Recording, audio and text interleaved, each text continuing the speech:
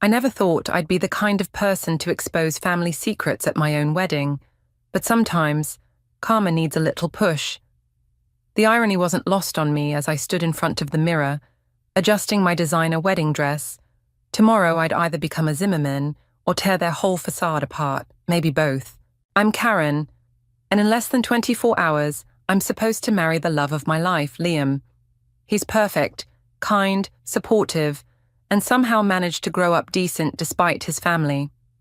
The Zimmermans are old money, the kind that fills country club lounges and charity galas with fake smiles and backhanded compliments. "You look stunning," my best friend Haley said, helping me with the final fitting. "Elise is going to hate it." "When doesn't she?" I laughed, but there was no humor in it. Speaking of the devil, Liam's sister burst into the bridal suite without knocking, her perfectly manicured hands clutching her phone like a weapon. "Karen, darling," Elise's voice dripped honey-coated venom.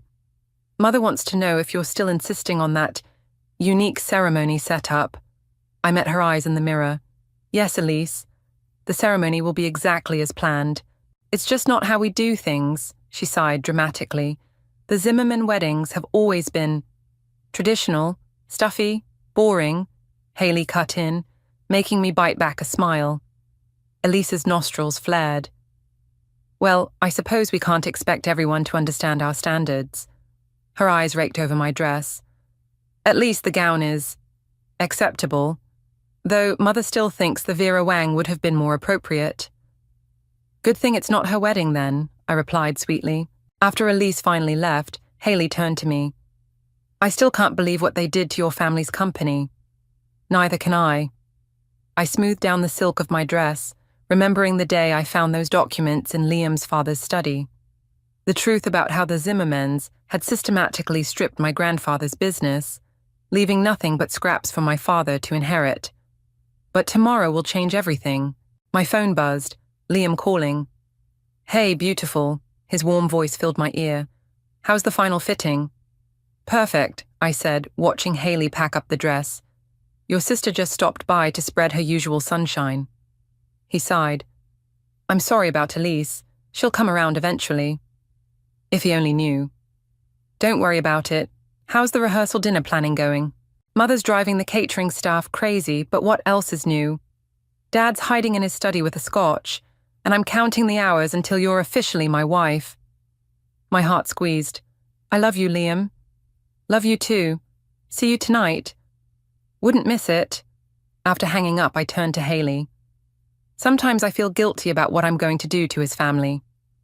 "Don't," she said firmly. "They've had this coming for years. Remember what your dad went through? The depression, the drinking." I did remember. All too well. "I know, it's just Liam's different." "Then trust that he'll understand when the truth comes out." Haley zipped up the dress bag. "You have the documents ready?" I patted my purse. Everything, bank statements, old contracts, emails. 20 years of systematic theft, all neat and tidy. "And you're sure about doing this at the wedding? What better time to remind them about family loyalty?" I smiled, but it felt sharp on my face.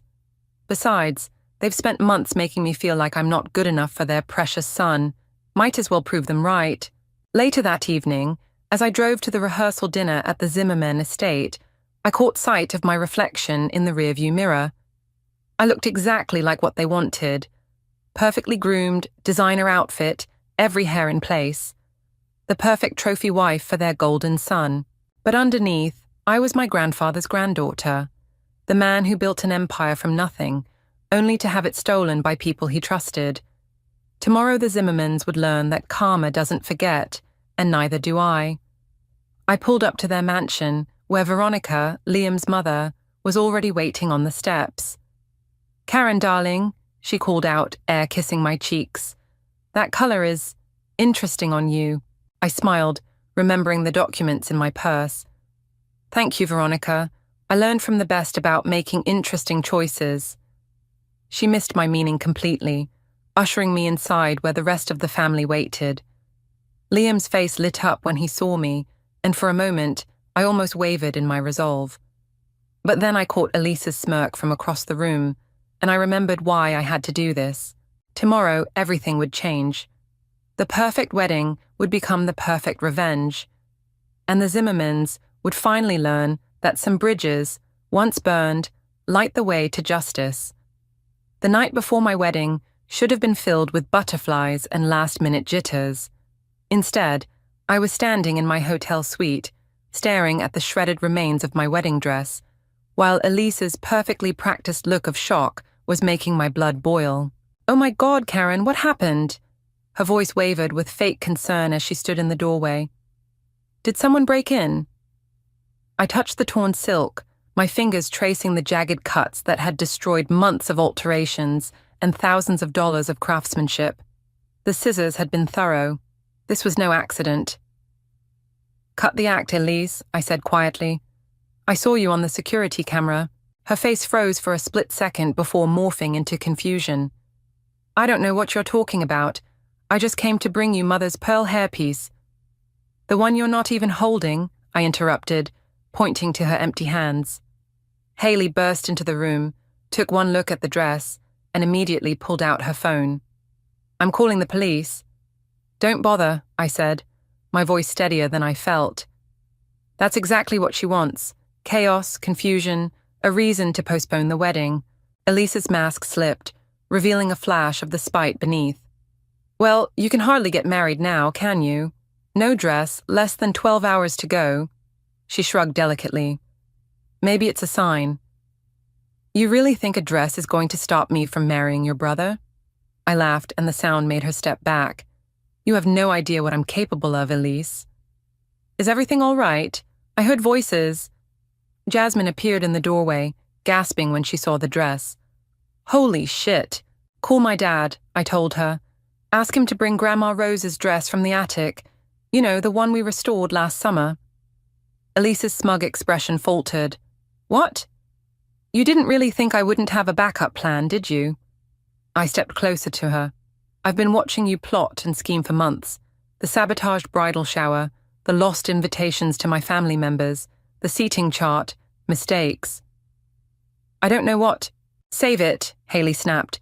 "We have security footage of you entering with scissors 20 minutes ago." Elisa's composure cracked completely. "You don't deserve him. You're nothing but a gold digger who—" "Who what?" I challenged. "Who discovered how your family really made their fortune? Who has proof of every dirty deal your parents made?" Her face went white. "You're lying." "Am I? Want to bet your trust fund on that?" The room fell silent except for Jasmine's quiet voice as she spoke to my dad on the phone. Elisa's perfectly lined lips trembled. "You wouldn't dare," she whispered. "It would destroy Liam." "The truth has a way of doing that," I agreed. "But unlike you, I trust him to handle it." "I'll tell him about the dress," she threatened. "About how you set me up."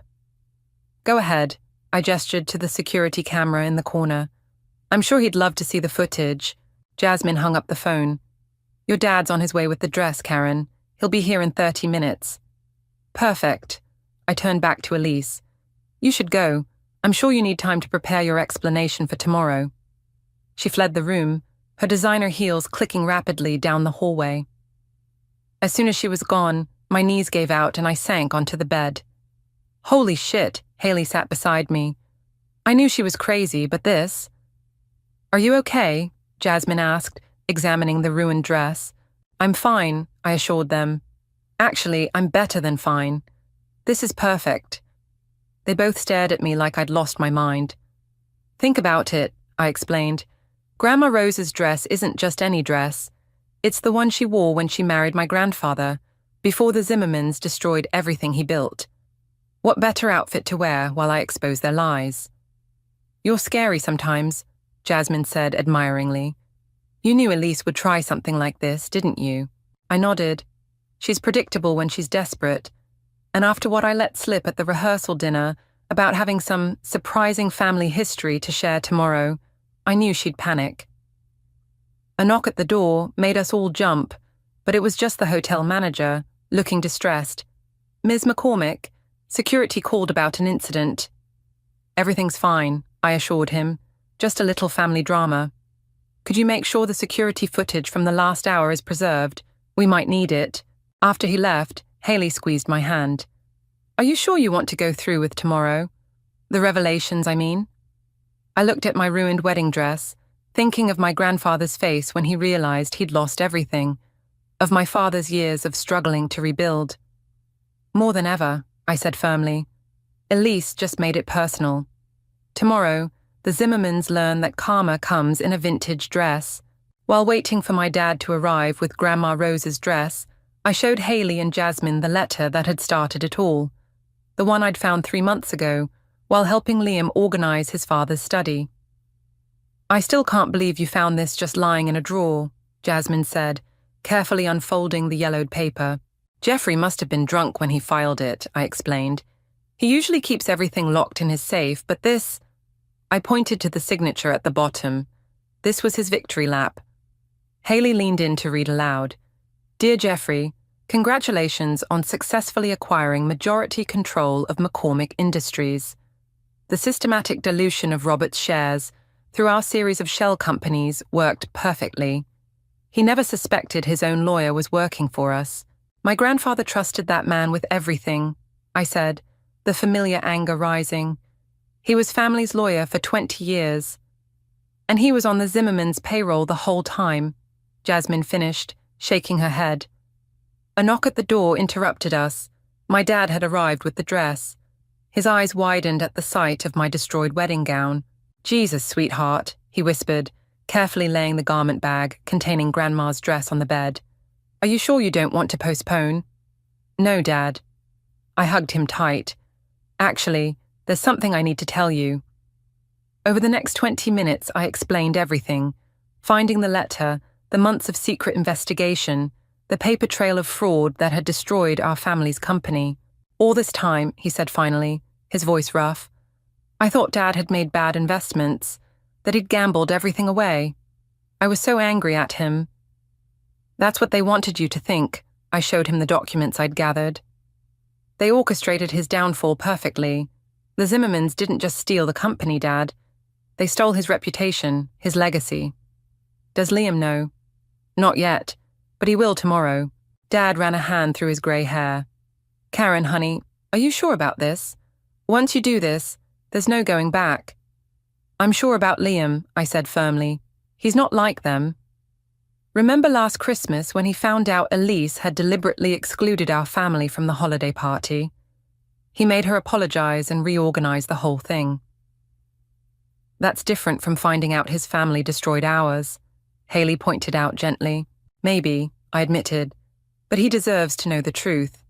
And Grandpa deserves justice, even if it's 20 years late. We all turned to look at Grandma Rose's dress. Dad carefully unzipped the garment bag, revealing the ivory lace and delicate beadwork we'd spent last summer restoring. Mom would be proud to see you in this, Dad said softly. She always said you had Rose's spirit, more like her stubbornness, I smiled, touching the lace sleeve. Remember how she used to say, the truth always rises like cream? And the sour milk sinks to the bottom, Dad finished, chuckling. Then his face grew serious. What do you need me to do tomorrow? Just be ready, I said. I have copies of everything, the letter, the bank records, the shell company documents. When I give the signal during my toast, Haley will distribute them to key people in the room. Jasmine, who had been examining the ruined designer dress, spoke up. What about Elise? She's not going to sit quietly once she realizes what's happening. Let her make a scene, I shrugged. The more she protests, the guiltier they'll look. Dad pulled out his phone and showed me a text. Gerard just messaged me. He's flying in for the wedding. My heart skipped. Gerard had been my grandfather's best friend and business partner, another victim of the Zimmerman scheme. He got my email, says he wouldn't miss it for the world. He's bringing the original partnership agreements. Perfect, I breathed. The final piece. As my friends helped me try on Grandma Rose's dress, I caught Dad wiping his eyes. You okay? I asked softly. Your grandmother wore this dress the day she married my father, he said. They had nothing but dreams and determination. The company they built together. It was their legacy to us. Tomorrow, You're not just wearing her dress, sweetheart. You're carrying their truth. The dress fit perfectly, as if it had been waiting all these years for this moment. Standing there in my grandmother's lace, surrounded by people who knew the real story, I felt stronger than ever. Tomorrow, I said, meeting each of their eyes in turn, the Zimmermans learn that some legacies can't be buried, and some granddaughters don't forget. Haley raised an imaginary glass, to Karma in vintage lace. We all laughed, but there was steel beneath our smiles. In less than 12 hours, I would walk down the aisle in my grandmother's dress, carrying 20 years of hidden truths. The Zimmermans thought they'd written the ending to this story long ago. They were about to learn how wrong they were. The church fell silent as the heavy wooden doors opened. I stood there, my arm linked with my father's, watching the Zimmermans' faces as they registered what I was wearing. Veronica's perfectly arranged smile cracked. Jeffrey's hand tightened visibly on his wife's shoulder, and Elise, dear, scheming Elise, went absolutely pale. But Liam's face lit up like a sunrise. Is that? I heard Veronica whisper to Jeffrey as we passed their pew. Rose's dress, Jeffrey confirmed, his voice tight with recognition. The vintage lace caught the light filtering through the stained glass windows, creating patterns that danced across the aisle as we walked. Each step felt like a declaration. I'm still here. We're still here. When we reached the altar, Liam took my hands in his eyes shining. You look incredible, he whispered. But what happened to the other dress? Ask your sister, I murmured back, just loud enough for the first row to hear. I saw Elise shift uncomfortably in her bridesmaid's position. The ceremony proceeded perfectly. We'd practiced it enough times.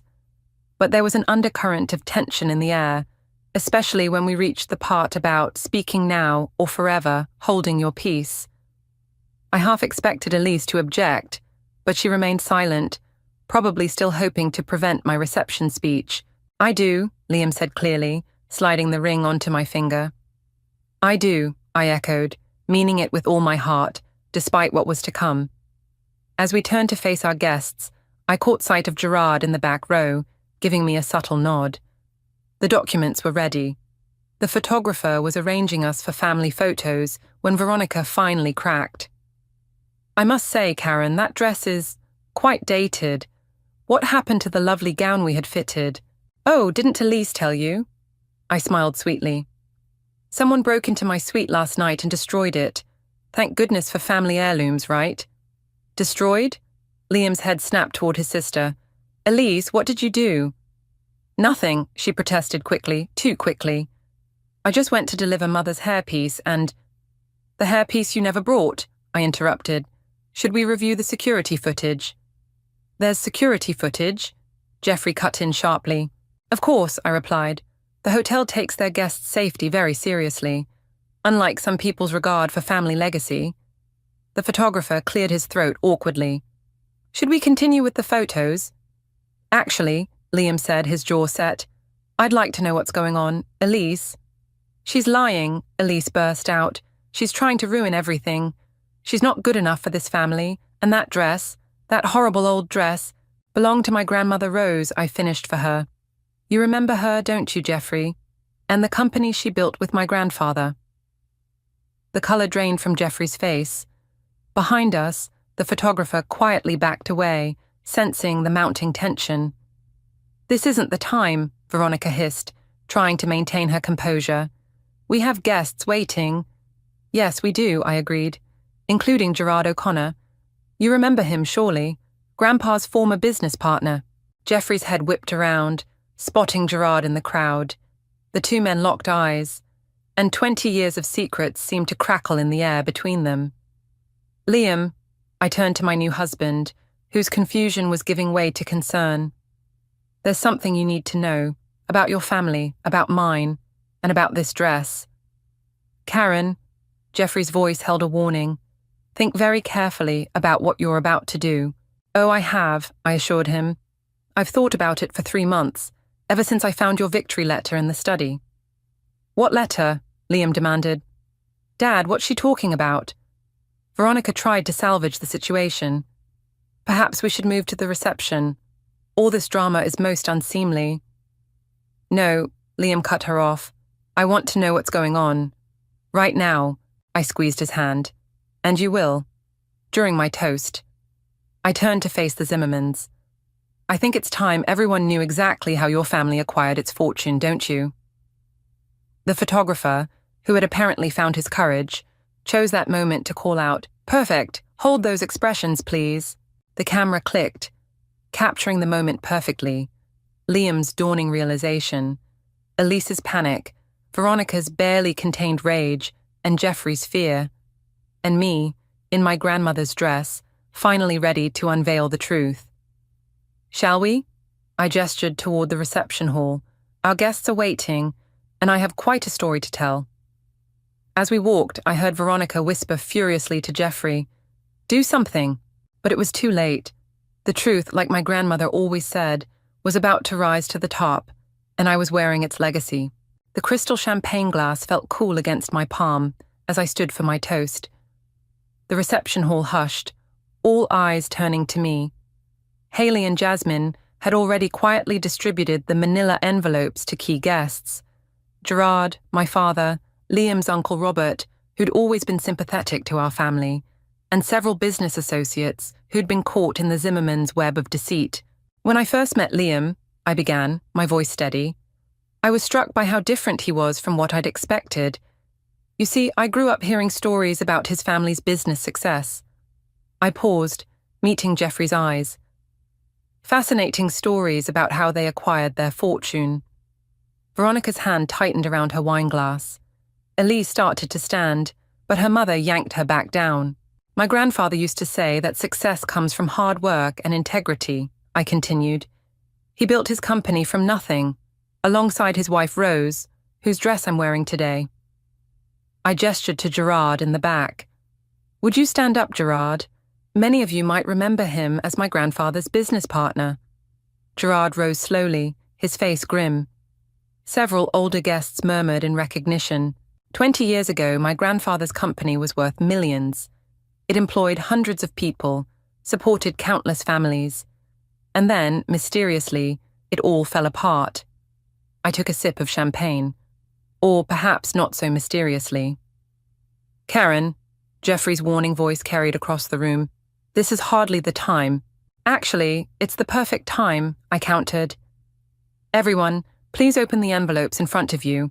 Inside, you'll find some interesting documents about how the Zimmerman family really acquired their wealth." The rustle of paper filled the air. Liam, seated beside me, grabbed his envelope with trembling hands. "What you're looking at," I explained, "is evidence of a systematic fraud orchestrated by Jeffrey Zimmerman. Bank records showing payments to my grandfather's lawyer, who was secretly working for the Zimmermans. Documents proving the creation of shell companies used to dilute my family's shares. And most damning of all, a letter celebrating their success in destroying my grandfather's legacy." Gasps and murmurs rippled through the crowd. Liam's face had gone ashen as he read. "Dad," his voice cracked, "is this true?" Jeffrey stood abruptly. "This is preposterous. These documents could be forged." "They're not," Gerard's voice boomed from the back. "I was there, Jeffrey. I watched you destroy my best friend's life, and I've kept copies of everything." "You see," I continued, my voice cutting through the growing chaos, "the Zimmermans didn't earn their fortune. They stole it. They manipulated, deceived, and destroyed lives to get where they are." "Enough!" Veronica shrieked, standing so quickly her chair toppled backward. "You ungrateful little—" "Mother!" Liam's sharp voice silenced her.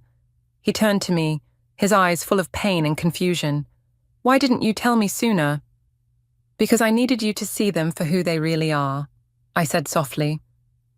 "Just like they finally showed themselves last night, when Elise destroyed my wedding dress." "Security footage," Elise blurted out, jumping up.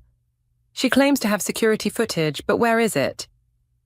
On cue, Jasmine pressed play on her tablet, and the hotel's security video began projecting onto the reception hall's wall. The footage clearly showed Elise entering my suite with scissors, then leaving 20 minutes later looking satisfied. The room erupted in shocked whispers. Liam watched the video, his face hardening with each second. "Well," he said finally, standing to address the room, "it seems I owe my new wife's family an apology. And my own family," he turned to face his parents, "owes them so much more." "Son," Jeffrey started, but Liam cut him off. "No, Dad, no more lies." He took my hand. "Karen, what do you want?" I stood, facing the Zimmermans. "I want justice. I want my family's company restored to what it should have been. I want the truth acknowledged, and I want reparations made to everyone your family has hurt." "Or what?" Veronica spat. "Or these documents go to the SEC, the FBI, and every major news outlet in the country," I replied calmly. "Your choice." The silence that followed was deafening. Then Gerard stood again, walking to the front of the room. "Robert would be proud of you," he told me, then turned to face the crowd. "I was there when the Zimmermans began their takeover. I've spent 20 years gathering evidence, waiting for the right moment. Karen found me 3 months ago with proof of her own, and together, we're ready to set things right." I raised my glass one final time. "To truth, justice, and karma. May they all be served at exactly the right moment." The room remained silent, all eyes darting between me and the Zimmermans. The ball was in their court now, and by the look on Jeffrey's face, he knew it. Sometimes, the perfect wedding toast isn't about love at all. Sometimes, it's about justice served cold, wrapped in vintage lace. The next hour was chaos. Guests whispered and pointed as Jeffrey practically dragged his family into the hotel's private conference room. Liam insisted on having Gerard and my father present, while Haley and Jasmine kept the reception running smoothly, telling guests we were handling a family matter. "Let me get this straight," Liam paced the conference room, still in his wedding tuxedo. "You deliberately destroyed Uncle Robert's company, a man who trusted you." "It was business," Jeffrey insisted, loosening his tie. "The market was different then." "Business?" My father's voice shook. "My father died thinking he'd failed his family. He drank himself to death because of what you did." Veronica sniffed. "He was weak. If he couldn't handle—" "Mother!"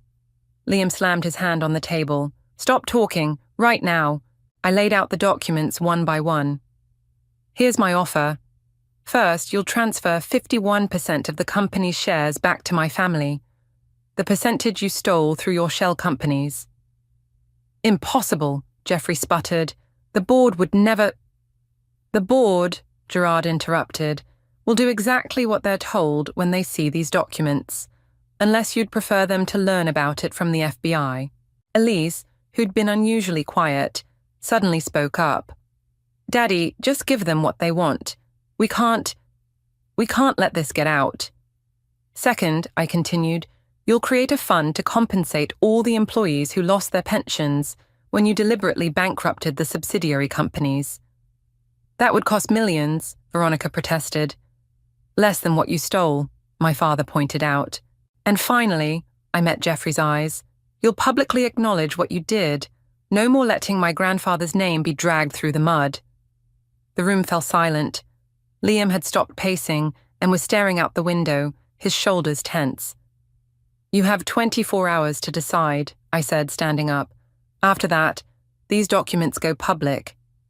"You'd really destroy this family?" Veronica asked, her voice bitter. "Your husband's family? You destroyed my family 20 years ago," I replied calmly. "I'm just balancing the scales." "Liam," Jeffrey appealed to his son, "surely you can't support this blackmail?" Liam turned around slowly. "Blackmail? You want to talk about crimes, Dad?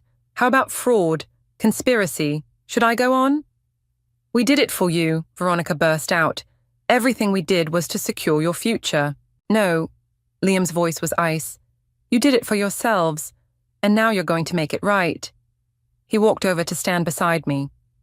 "Accept Karen's terms, or I'll deliver the documents to the authorities myself." Elise gasped. "You'd betray your own family?" "Like you betrayed Karen last night," Liam shot back. "Or like our parents betrayed her family years ago. Seems betrayal runs in our blood, doesn't it?" Jeffrey slumped in his chair. suddenly looking old. You don't understand what this will do to us. I understand exactly what it will do, I said. It will cost you money, pride, and your carefully constructed image, just like what you did to my family. The difference is, Gerard added, you'll still have millions left. Robert lost everything. My father pulled out his phone. I have the SEC's number right here. Your choice, Jeffrey. The tension in the room was suffocating. Veronica clutched her husband's arm, whispering furiously in his ear. Elise had started crying silently. Finally, Jeffrey spoke. We'll need our lawyers to review the terms. Fine, I agreed. You have until this time tomorrow, but one condition, you go out there right now and tell everyone the reception is over. I won't have my wedding turn into a circus for damage control. And Elise, Liam added, you'll publicly apologize for destroying Karen's dress. But, she started to protest. Now. Liam's voice left no room for argument. As the Zimmermans filed out, Veronica paused at the door. You've won, Karen. I hope you're satisfied. This isn't about winning, I replied. It's about justice. Something you wouldn't understand. After they left, Liam pulled me into his arms. I'm so sorry, he whispered into my hair. I had no idea. I know, I said, holding him tight. That's why I married you anyway. Gerard cleared his throat. The hard part's coming, you know. They won't go down without a fight. Let them fight, Liam said firmly. It's time for the truth to come out. My father hugged us both.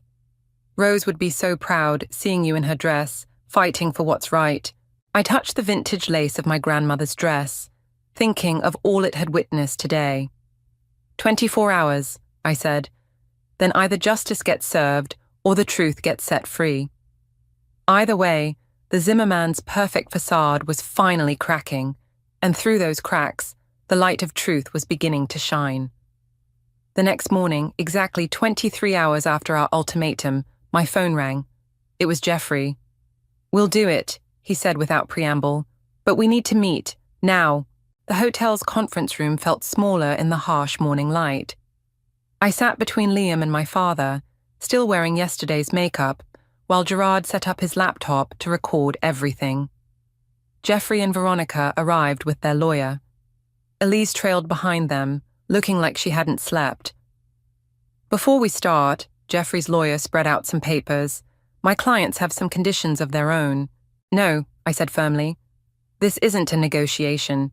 You either accept our terms or the documents go public in... I checked my watch. 57 minutes. Let's hear them out, Liam suggested quietly. Jeffrey cleared his throat. First, we want a non-disclosure agreement. What happens in this room stays private. Absolutely not, my father snapped. The truth about Robert needs to be known. We'll compromise, I offered. You publicly acknowledge your role in the company's downfall, but we keep the specific details of the fraud private, as long as you comply with everything else. Veronica nodded stiffly. Their lawyer made some notes. Second, Jeffrey continued, we want assurance that once this is settled, there won't be any further demands. That depends entirely on you, Gerard replied. Follow through with everything, and we're done. Try to cheat us again. He let the threat hang. I have the transfer documents ready, their lawyer said. 51% of shares to be returned to the McCormick Family Trust, effective immediately. And the compensation fund, I pressed. 20 million, Jeffrey offered. 50, my father countered. That's what those pensions would be worth today. 35, Veronica cut in. And we'll add a public apology. I looked at Gerard, who nodded slightly. Deal. As the lawyers worked through the paperwork, Elise suddenly stood up. I need to say something. Everyone turned to look at her. Her perfect makeup couldn't hide her red eyes. I'm sorry about the dress, she said, her voice shaking. But more than that, I'm sorry I knew about all this and stayed quiet. Dad told me last year, when I found some old papers, I convinced myself it was justified. Why? Liam asked softly. Why destroy Karen's dress? Because she knew, I realized aloud. She knew I'd found out somehow, and she thought if she could stop the wedding. I thought I was protecting our family, Elise whispered, but I was just protecting lies. The lawyers finished their work, pushing papers across the table for signatures. One by one we signed. Jeffrey, Veronica, my father, me. It's done, Jeffrey's lawyer announced. The shares will be transferred by close of business today. The compensation fund will be established within the week. Now, Gerard said, pressing record on his laptop, the confession. Jeffrey looked physically ill, but he faced the camera. 20 years ago, I orchestrated the hostile takeover of McCormick Industries through fraudulent means. I betrayed Robert's trust, manipulated his assets, and deliberately destroyed his reputation. I acknowledge this wrongdoing and accept full responsibility. And the dress? Liam prompted, looking at his sister. Elise swallowed hard. I, Elise Zimmerman, deliberately destroyed Karen's wedding dress the night before her wedding. It was a malicious act, and I am deeply sorry. After Gerard stopped recording, the room fell into heavy silence. What happens now? Veronica asked, sounding lost. Now, I said, standing up, you start making amends. Not just with money, but with actions. The company will need restructuring to protect the employees' interests. Gerard will oversee that. And us? Liam asked quietly. Our family? That depends on all of you, I replied. The truth is out. What you do with it is your choice. Jeffrey stood slowly, looking years older than he had yesterday. I've spent 20 years protecting this lie. I don't know how to be honest anymore. Start by telling me everything, Liam said. No more secrets. As we left the conference room, my father pulled me aside. Your grandfather would be proud, he said, his eyes wet. Not just of getting justice, but of how you did it. What do you mean? You gave them a chance to make it right. That's more than they gave us. I watched the Zimmermans huddled together at the end of the hallway, Jeffrey speaking intensely to Liam, Veronica holding a crying Elise. They were broken, but maybe, just maybe, they could rebuild something real from the ruins of their lies. Sometimes, I said, remembering Grandma Rose's words, the truth doesn't just rise to the top. Sometimes it breaks everything open first. And then, my father asked, I touched the lace of my grandmother's dress, still hanging in my hotel room upstairs. And then we rebuild, together or apart, but always with truth as the foundation. The autumn breeze rustled through the cemetery as I laid flowers on my grandfather's grave. Behind me, Liam squeezed my shoulder gently. Ready? He asked. I nodded, turning to face the small gathering. My father, Gerard, and surprisingly, Jeffrey stood waiting. It was the first time Jeffrey had agreed to come here. The company's quarterly reports came in, Gerard announced, pulling out his tablet. Profits are up 40% since the restructuring. Employee satisfaction is at an all-time high. Robert always said happy workers make better products. My father smiled. Looks like he was right. Jeffrey cleared his throat awkwardly. I've been reviewing some of his old business plans, the innovations he wanted to implement. They were years ahead of their time. That's why you targeted his company, I said, not accusingly, just stating a fact. Yes, Jeffrey admitted. I saw the potential and wanted it for myself. I never considered... He trailed off, staring at the headstone. Never considered he was a real person, my father suggested. With a family? Dreams? I'm sorry, Jeffrey's voice cracked. I know it's not enough, but I am truly sorry. A car pulled up to the cemetery gate. Veronica stepped out, followed by Elise.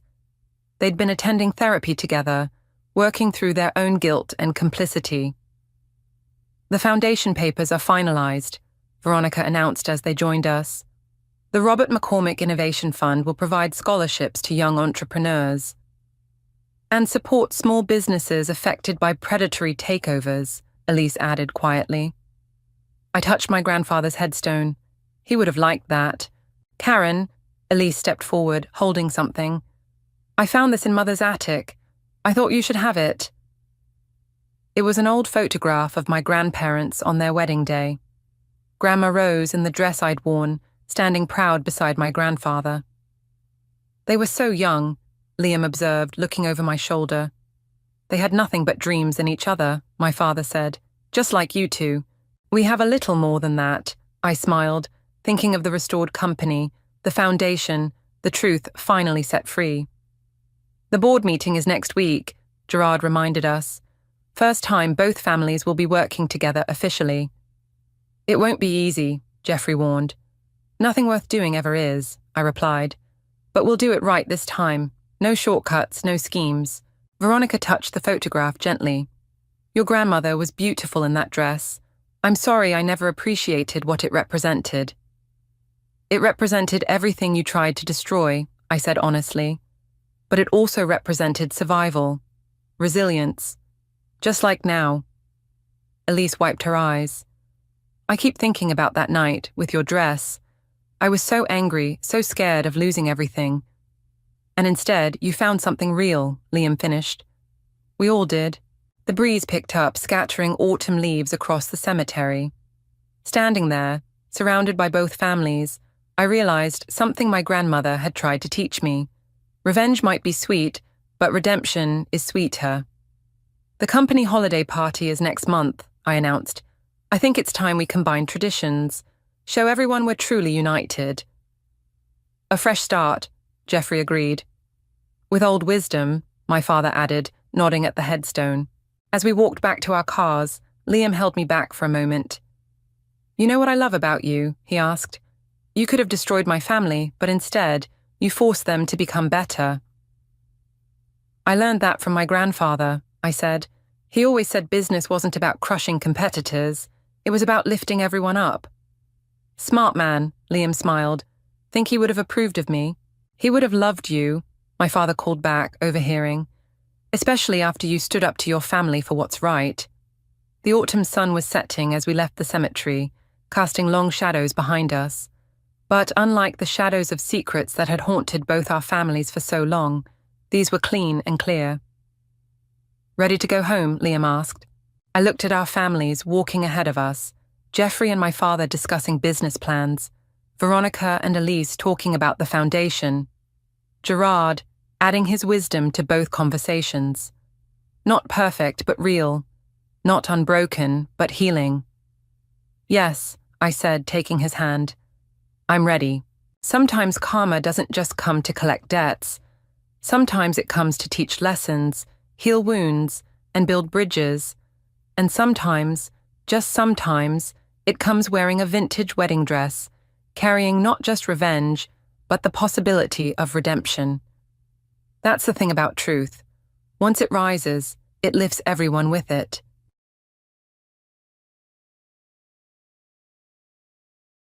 I remember sitting on our old, squeaky porch steps, the paint chipping off like it couldn't wait to leave, just like Dad. Mom used to say he had wheels under his feet and a heart too big for any map. I never really got what that meant until the police came that day, saying Dad's truck was found abandoned by the side of some forgotten highway. I was just 7, clinging to Mom's skirt, not really understanding but feeling the weight of her silent tears. Mom, Jane, was a fighter though. Without Dad, she took on double shifts at the local diner.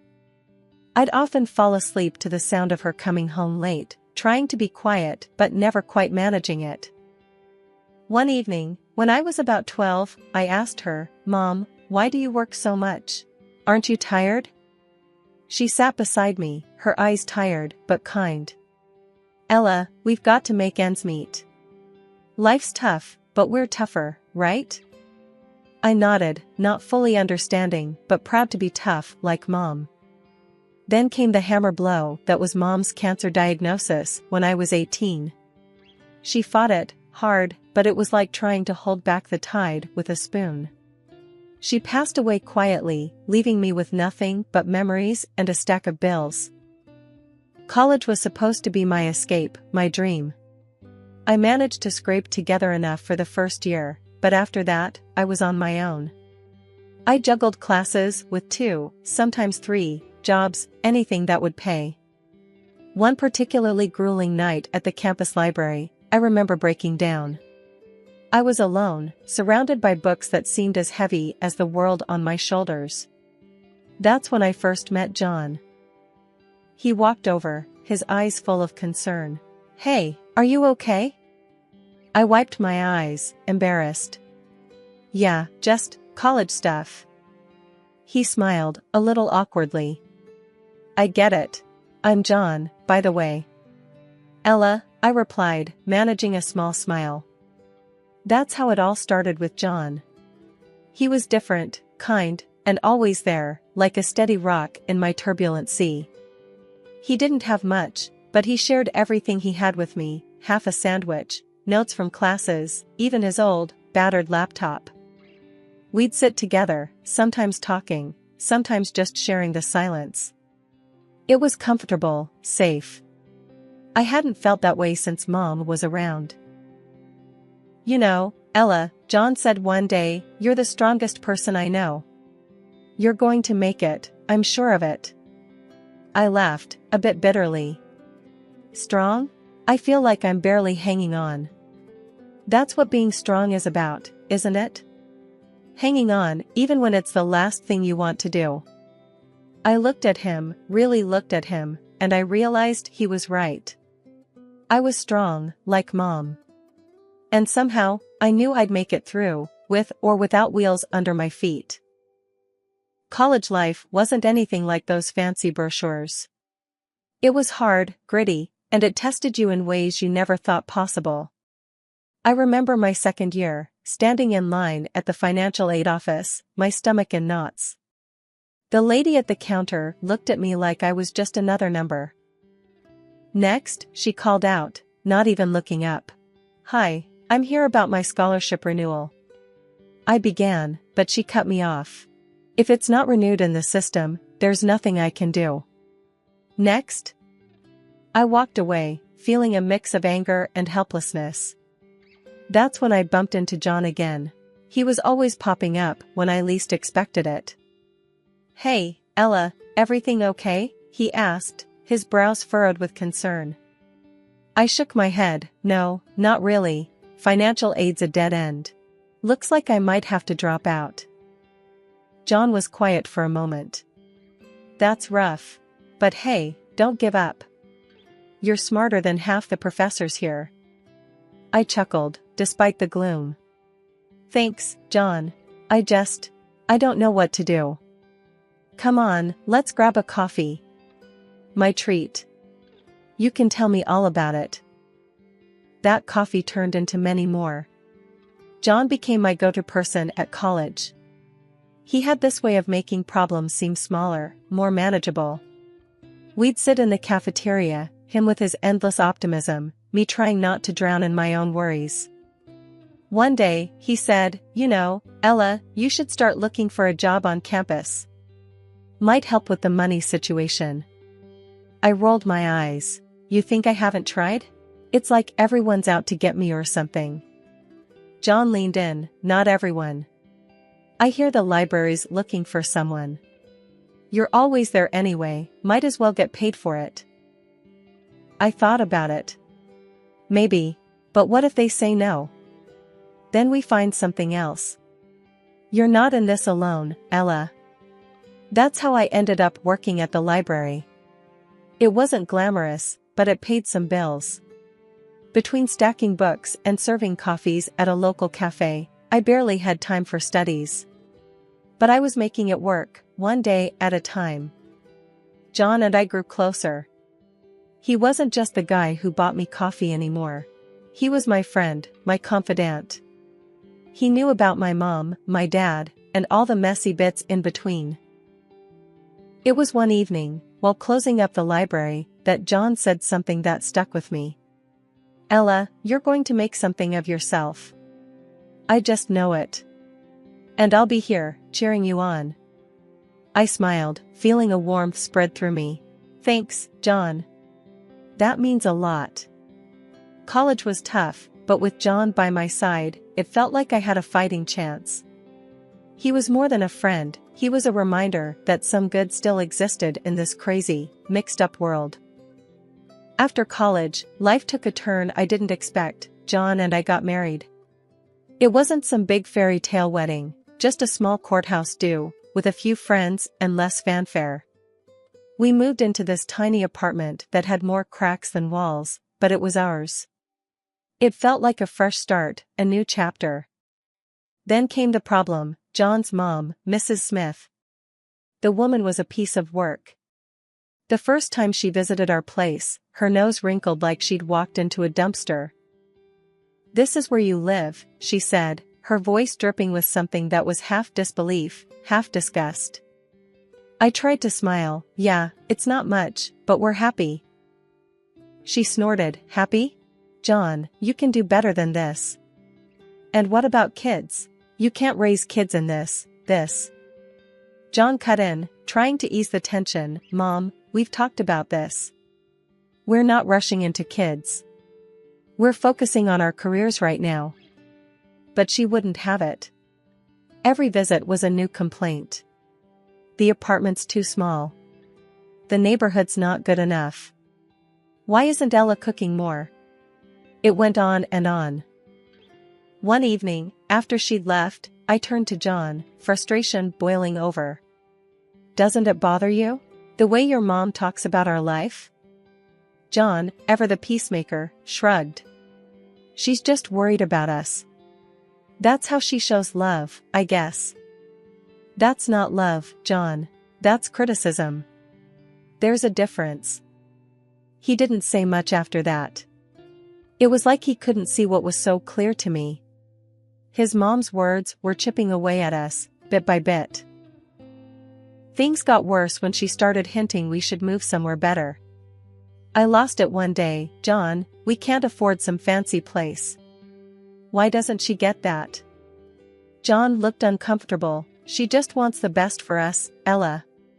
Maybe we could look at some other apartments, just to keep her quiet." "Keep her quiet? John, when are you going to stand up to her? We're married. This is our life, not hers." He didn't have an answer. That silence said more than any words could. So, we kept living our life, in our tiny apartment, with Mrs. Smith's disapproval hanging over us like a bad smell. I loved John, but his inability to stand up to his mom was driving a wedge between us. It was like he was still her little boy, not a grown man married and making his own way in the world. As time marched on, so did our lives, but in different directions. I landed a job at a marketing firm, and it was demanding as hell, but I loved it. I was climbing the ladder, making something of myself. John, on the other hand, was stuck in the same old job, a manager at a local retail store. He seemed okay with it, but I couldn't understand why he didn't want more. One night, I came home late, exhausted but buzzing from a successful project. John was on the couch, glued to some TV show. I flopped down beside him. "You won't believe the day I had. We landed the big account." John grunted. "That's great, Ella."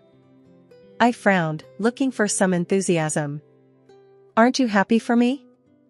He turned, a bit annoyed. "Of course, I am. It's all you ever talk about. Work, work, work." I sat up, stung. "Well, sorry for being passionate about my career. What do you want me to do? Be like you, satisfied with just getting by?"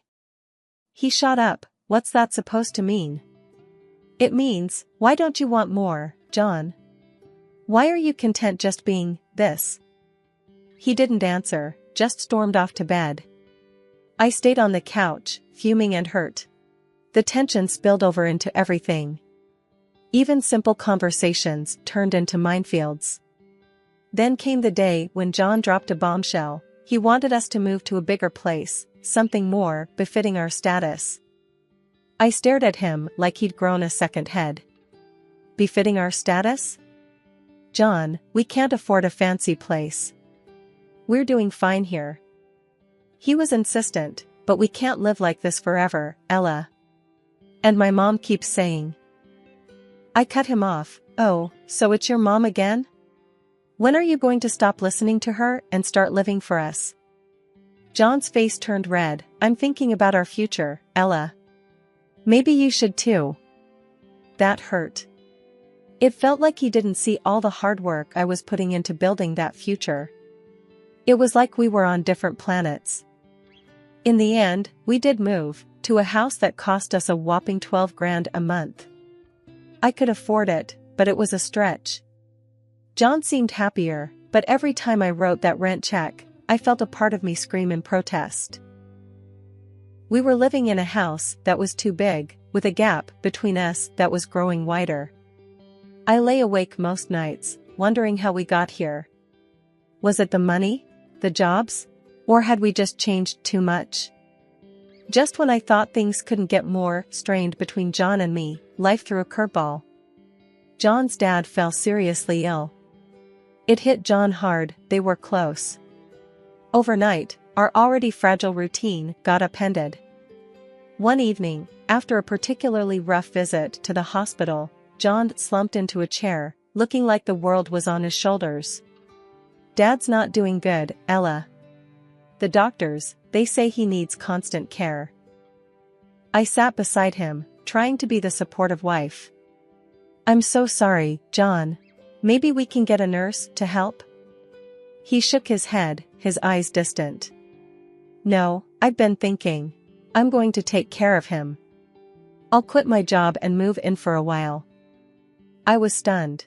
"Quit your job? John, are you sure? What about our bills, the rent for this place?" He snapped, "This isn't about money, Ella. It's my dad. I need to be there for him." I understood, I really did, but the practical side of me was screaming. "And I get that, John, but we need to think this through. We can find another way to help your dad." He wouldn't budge. "No, my mind's made up. I'm doing this." So, he did. John moved into his parents' place, leaving me alone in our big, empty house. Days turned into weeks. I was juggling my job and all our bills, while he was. I don't even know what. Every time I called or visited, it was the same scene. John, either glued to his phone or the TV, looking exhausted and frustrated. His mom, Mrs. Smith, was always hovering, throwing in her 2 cents.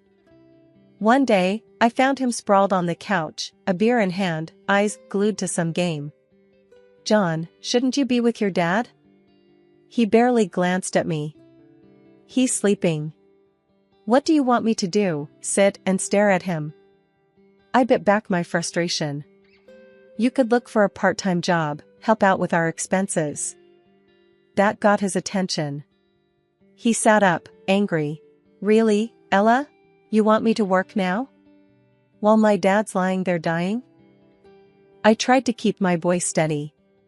"We're drowning in bills, John. I can't handle everything on my own." His mom walked in then, always perfect timing.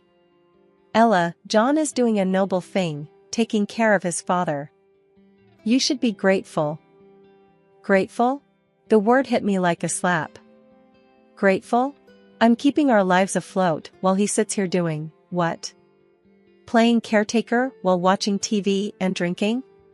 John stood up, towering over me. "You just don't get it, do you? This is family. Maybe if you had one, you'd understand." That cut deep. Too deep. I walked out, the sound of his mom's tut-tuts chasing me. I drove home, tears blurring my vision. This wasn't the man I married. This was a stranger, living a life I didn't sign up for. The days after John's father passed were tough. I expected things might start to shift back to normal, but they never did. John never went back to work. Instead, he spent more and more time at his mom's place, leaving me alone in our big, expensive house, drowning in bills and loneliness. One evening, I came home from work to find John and his mother, Mrs. Smith, sitting in the living room. The air was thick with tension. I could tell something was up. "Ella, we need to talk," John said, not even bothering to look at me. I set my bag down, feeling a knot in my stomach. "What's going on?" Mrs. Smith, who always had too much to say, started. "We've decided it's best if John and I live here. We can take care of the rent now. I was shocked. What? This is our home, John. You can't just kick me out. John finally looked at me, his eyes cold. It's not working, Ella. You and me, this life. I need to start over, and Mom needs a place to stay. I couldn't believe what I was hearing. Start over? So, you're just going to throw away our marriage, just like that? He shrugged. It's been over for a while, hasn't it? We're just making it official now. I turned to his mother. And you think you can just come in here and take over my life? Mrs. Smith stood up, her voice sharp. It's for the best, Ella. You and John were never a good match. He needs to be with family now. I was seething. Family? What about me? I'm his wife. John stood up, facing me. Not anymore. We want you out, Ella. The sooner, the better. I looked between them, the betrayal cutting deep. Fine. I'll go. But don't think for a second that this is okay. You're both making a huge mistake. I packed a bag with my essentials, my hands shaking with rage and hurt. As I walked out the door, John's voice followed me. We're doing what needs to be done, Ella. You'll see, this is for the best. Settling into my new, modest apartment felt like a fresh start. It was small, but it was a place where I could finally breathe, away from the stifling atmosphere of my past life with John and his overbearing mother. The walls were bare, and the furniture was minimal, a stark contrast to the lavishness I'd left behind. As I was arranging my few belongings, my phone buzzed. It was a message from an old mutual friend of John and me, Laura. Hey Ella, have you heard about John and his mom? They're living it up. Expensive clothes, fancy gadgets. Wonder where all that money's coming from? I stared at the screen, a mix of curiosity and bitterness swirling in me. Where were they getting the money? I thought back to the expensive house, the bills, and the lifestyle they had insisted on. It didn't add up. Shaking my head, I typed a quick reply, no idea, Laura. Good for them, I guess. But the question nagged at me. I couldn't help but wonder how they were affording such extravagance, especially after kicking me out and with John not working. A few days later, I ran into another friend, Mike, at the grocery store. He brought it up again. Ella, you won't believe it. Saw John and his mom at the high-end electronics store. They were buying like there's no tomorrow. Heard they even sold their family home. Crazy, huh? I forced a smile, yeah, crazy. But inside, my mind was racing. They sold the family home? Was that where the money was coming from? As I unpacked groceries in my kitchen, a small, unadorned space that was now my refuge, I couldn't shake the feeling of unease. I was moving on, building my life again from scratch, while they seemed to be living in a world of luxury built on, what? Lies? Deceit? I sat down at my tiny dining table, a second-hand purchase, and let out a long breath. It didn't matter, I told myself. I was out of that toxic environment, free from their twisted dynamics. But deep down, I knew the truth. It did bother me. It bothered me that they seemed to be thriving after throwing me to the curb. I had worked hard for everything I had, while they seemed to be enjoying a life of ease and comfort. As the evening wore on, I found solace in the quiet of my apartment. It was mine, earned through my own effort and resilience. I had lost much, but I had gained something more valuable, my independence, my sense of self. 4 months into my new life, the past came knocking in a way I never expected. My phone rang one lazy Saturday morning, the caller ID flashing John's name. I hesitated but answered. Ella, we need your help. John's voice was shaky, desperate. I sat up, alert. What's happened, John? It's all gone wrong. We got kicked out of the rental house. Mom and we have nowhere to go. I couldn't believe what I was hearing. Kicked out? But I thought you had money? There was a pause, then, the money's gone, Ella. Dad left debts, not inheritance. We thought, his voice trailed off. I felt a mix of emotions, shock, disbelief, and a tinge of satisfaction. Were they really posh all this time, hoping for a rich inheritance? Seriously? It was too much even for my ex-husband. So, what do you want from me, John? We were wondering if, maybe we could stay with you, just for a while, until we sort things out. I laughed, a short, bitter sound. You want to stay with me? After everything? John's voice was pleading now. Please, Ella, we have nowhere else to go. Remember the good times, can't we just? I cut him off. Good times? John, you and your mother threw me out of my own home. You can't just come crawling back now that things are tough. He was silent for a moment, then, I know I messed up, Ella. I'm sorry. We're just really desperate. I took a deep breath, my decision clear. John, I've moved on. I've built a new life, and there's no place for you or your mother in it. You need to figure this out on your own. But Ella. No, John. It's over. You made your choice, now live with it. I hung up, my heart pounding. I felt a surge of empowerment, mixed with a twinge of sadness. John, the man I once loved, was now just a voice on the other end of the phone, a reminder of a life I had left behind. Later, Laura called me. I heard about John and his mom. Are you okay? I smiled, feeling a sense of peace. Yeah, I'm more than okay. I'm free, Laura. Truly free. As I ended the call, I looked around my small apartment, my sanctuary. It was a far cry from the life I had with John, but it was real, it was mine.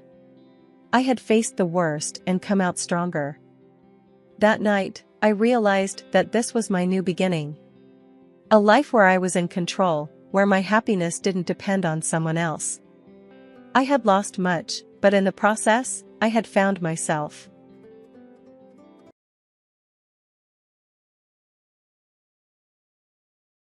My life, as I had come to know it, was nestled in a small but charming home filled with the laughter of my 2-year-old son, Leo, and the steady, reassuring presence of my husband, Michael. I was 31, a former career woman who had climbed the corporate ladder faster than most. My journey had begun in a large company, where I first met Michael. He was a junior member of my team back then, bright and ambitious, but still finding his footing. Our story was not the typical office romance. I was his superior, a fact that made our initial interactions cautious and professional. I remember the first project we worked on together. His ideas were fresh, his approach unconventional.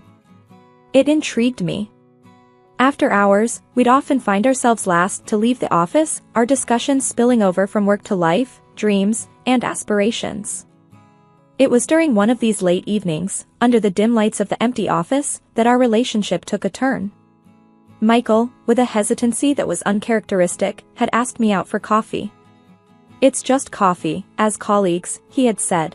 But we both knew it was more. Fast forward through a year of discreet dates and stolen moments, we got married. It felt like a whirlwind, yet perfectly natural. Our wedding was a simple affair, just close friends and family. The highlight was when Michael, in his vows, promised not only to love and cherish me but to always respect and support my ambitions. When Leo came into our lives, everything changed. I made the decision to step away from my career to focus on our son. It wasn't an easy choice, but holding Leo for the first time, I knew it was what I wanted. Michael supported me through it all, his own career steadily advancing as he stepped into more prominent roles at work. Our home became a reflection of our new life. The walls, once lined with my various awards and accolades, now held family photos and Leo's artwork. The spare room, which was once my home office, transformed into a nursery, painted in soft pastels. Despite the joy and fulfillment motherhood brought, there were moments when I missed my career. I missed the challenges, the sense of achievement, and even the office politics. I often found myself reminiscing about my professional accomplishments, wondering what could have been if I had stayed. Michael, aware of my inner turmoil, would often encourage me to consider going back. "You were amazing at what you did, Anna.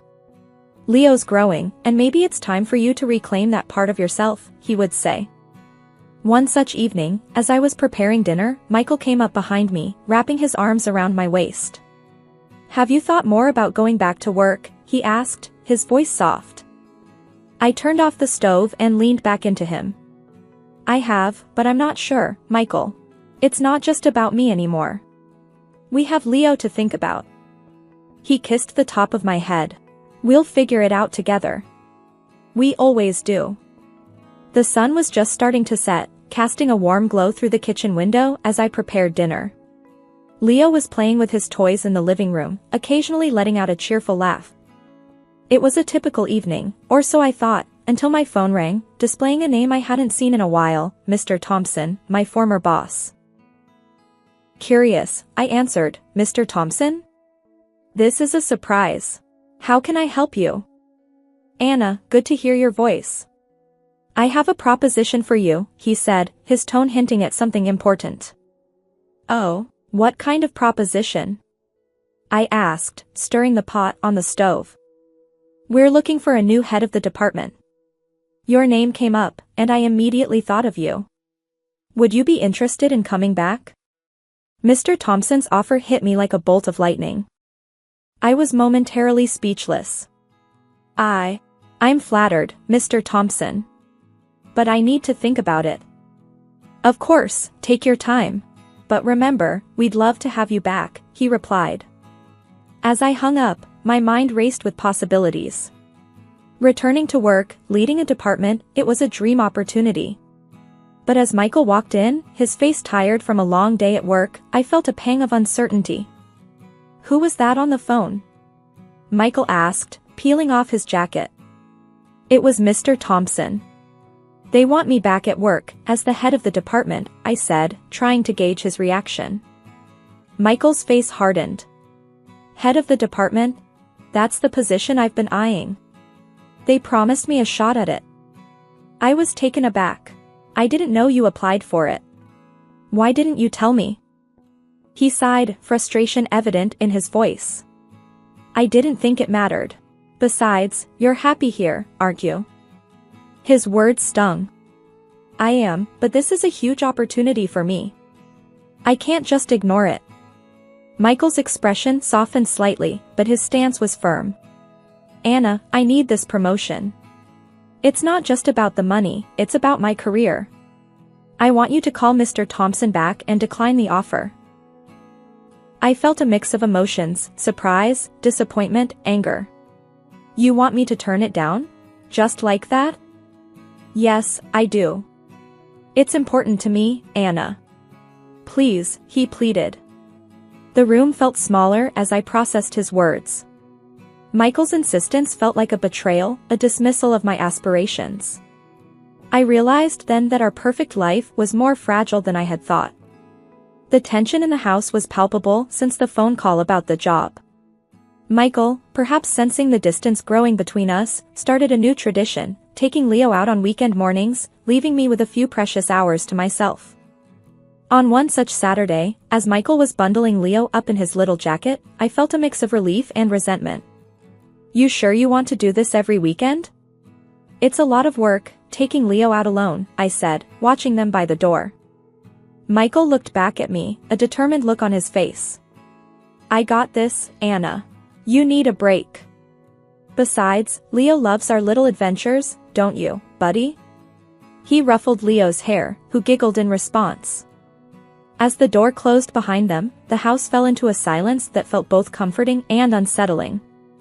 I poured myself a coffee and sat at the kitchen table, the weight of my thoughts heavier than the mug in my hands.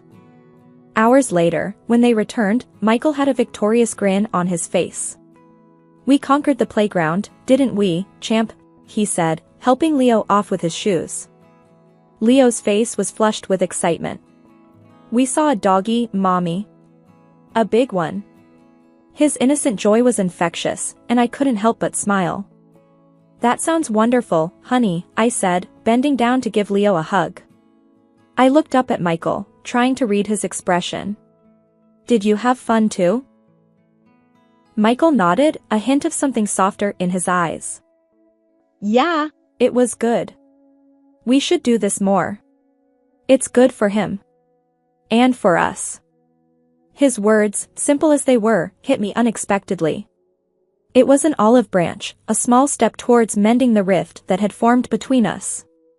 Maybe I could join you next time, I suggested tentatively.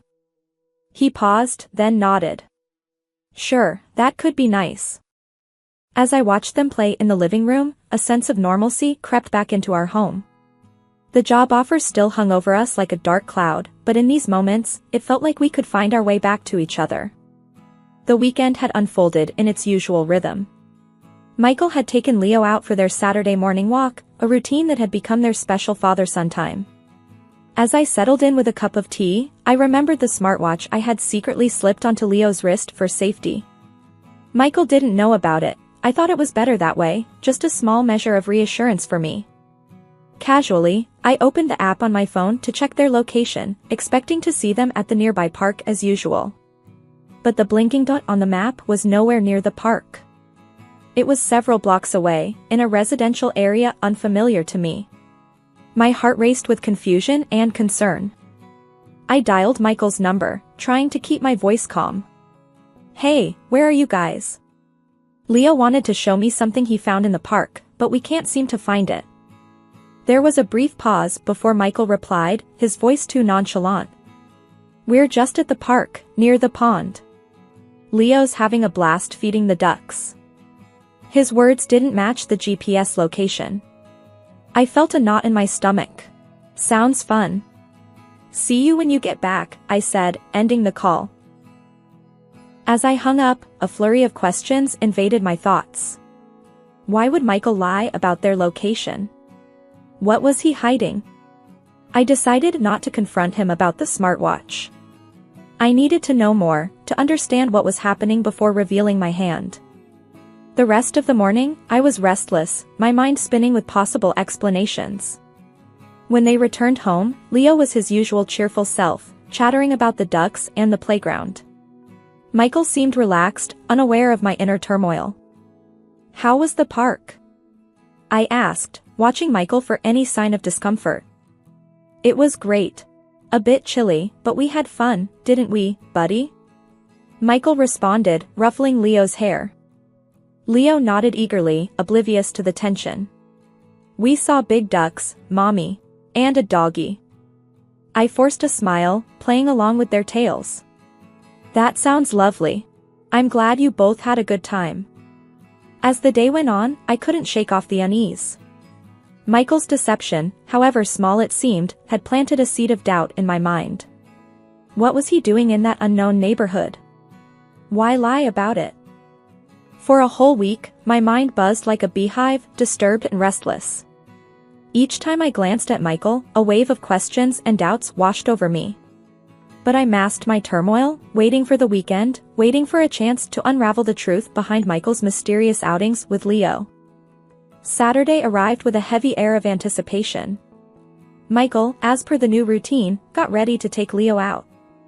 I watched them, my heart a knot of anxiety and suspicion. Have a great time, I said, forcing a smile. Where are you guys heading today? Michael, securing Leo in his stroller, looked up and replied with ease, thought we'd check out that new playground on the east side. Leo's been asking about it. After they left, I waited, my hands clasped tightly in my lap, counting the minutes. As soon as I saw their location veer off course on Leo's smartwatch app, my resolve hardened. I grabbed my keys and headed out, determined to confront whatever lay at the end of that GPS trail. Driving to the location felt surreal, like I was a character in a bad movie. The neighborhood was unfamiliar, a stark contrast to our own. I parked a block away and approached the address on foot, my heart pounding in my chest. The house was a modest, two-story building, with a small, well-kept garden. Hiding my nervousness, I stood across the street, pretending to be interested in my phone. Soon, I saw them, Michael and Leo, approaching the house. The door opened, and a woman appeared. She was young, perhaps in her late 20s, with a bright smile. Michael pulled her to him, possessively, and they kissed. I watched, hidden behind my sunglasses. A part of me wanted to lash out at them, push them away from each other. Instead, I took out my phone and snapped a few photos, proof of the betrayal. I returned to my car, my mind a whirlwind of emotion. The drive home was a blur, each mile stretching out endlessly. Back home, the house felt emptier, even with Leo's toys scattered around. I sat at the kitchen table, staring at the photos on my phone. Michael, my husband, the man I trusted, was kissing another woman. The images burned in my mind, a stark, painful reality that I couldn't escape.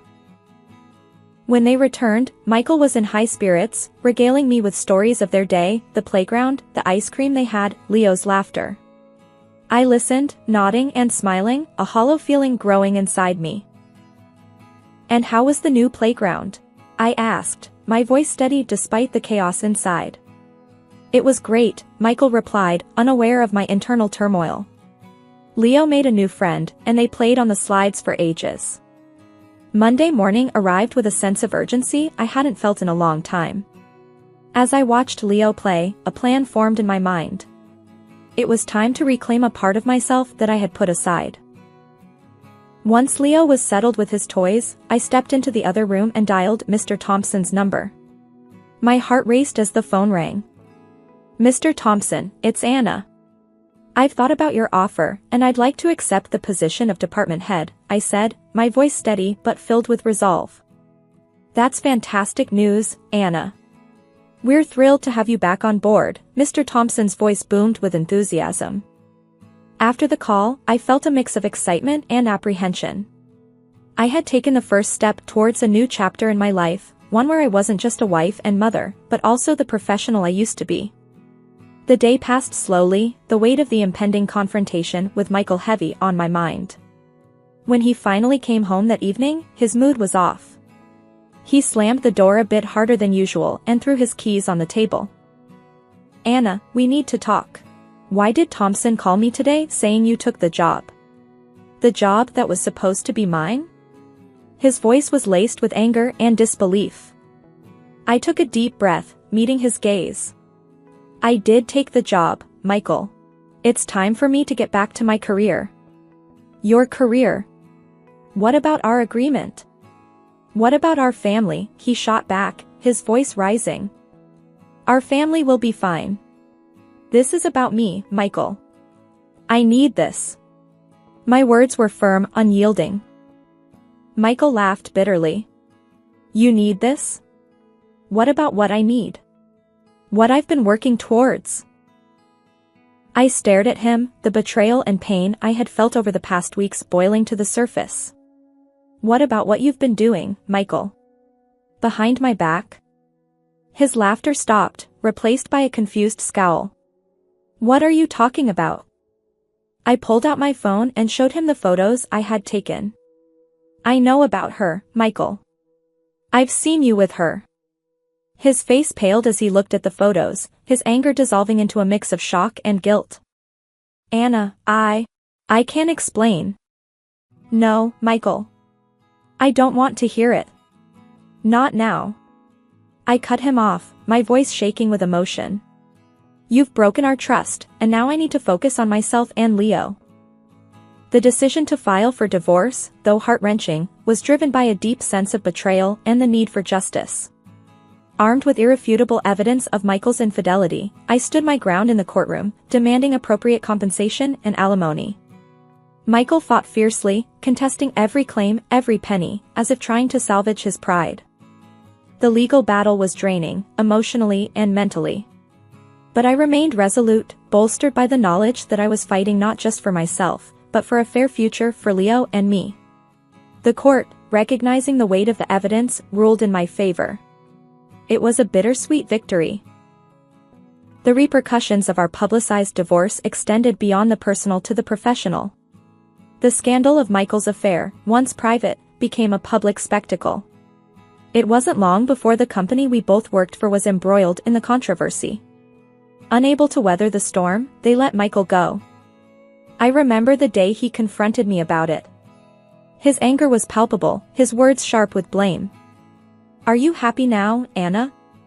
I've lost my job because of this mess," he exclaimed, his voice tinged with bitterness. I met his gaze, my own resolve unwavering. "You brought this on yourself, Michael. You made your choices, and now you're facing the consequences." He scoffed, shaking his head. "I can't believe how cold you've become. You're just sitting pretty while I have to scrounge for a lesser-paying job." His words stung, but I didn't let them sway me.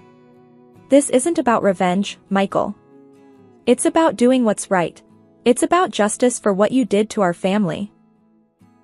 Our relationship, post-divorce, was anything but amicable.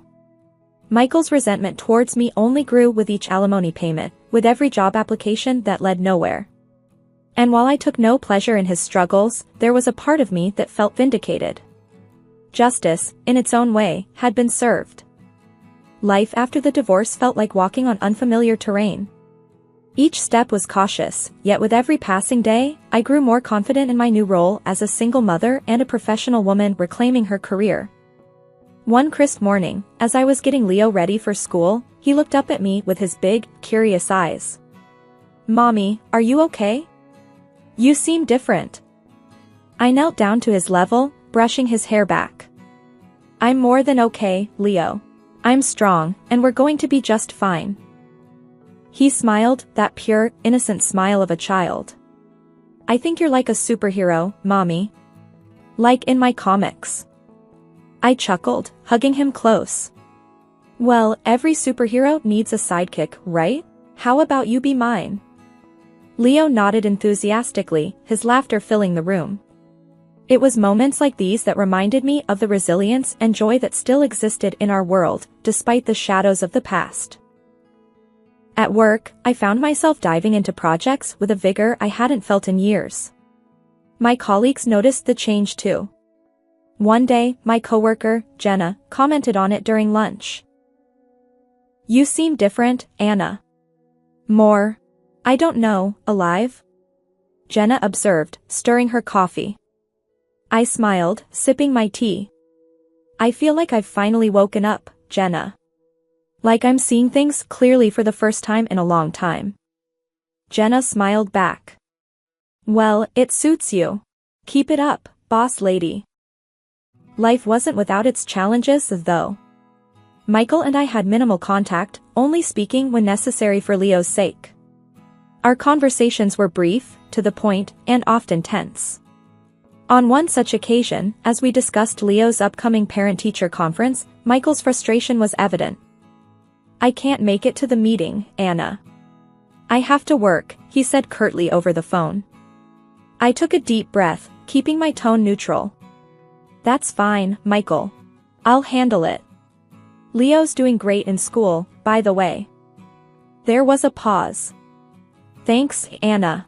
Let me know if there's anything really important."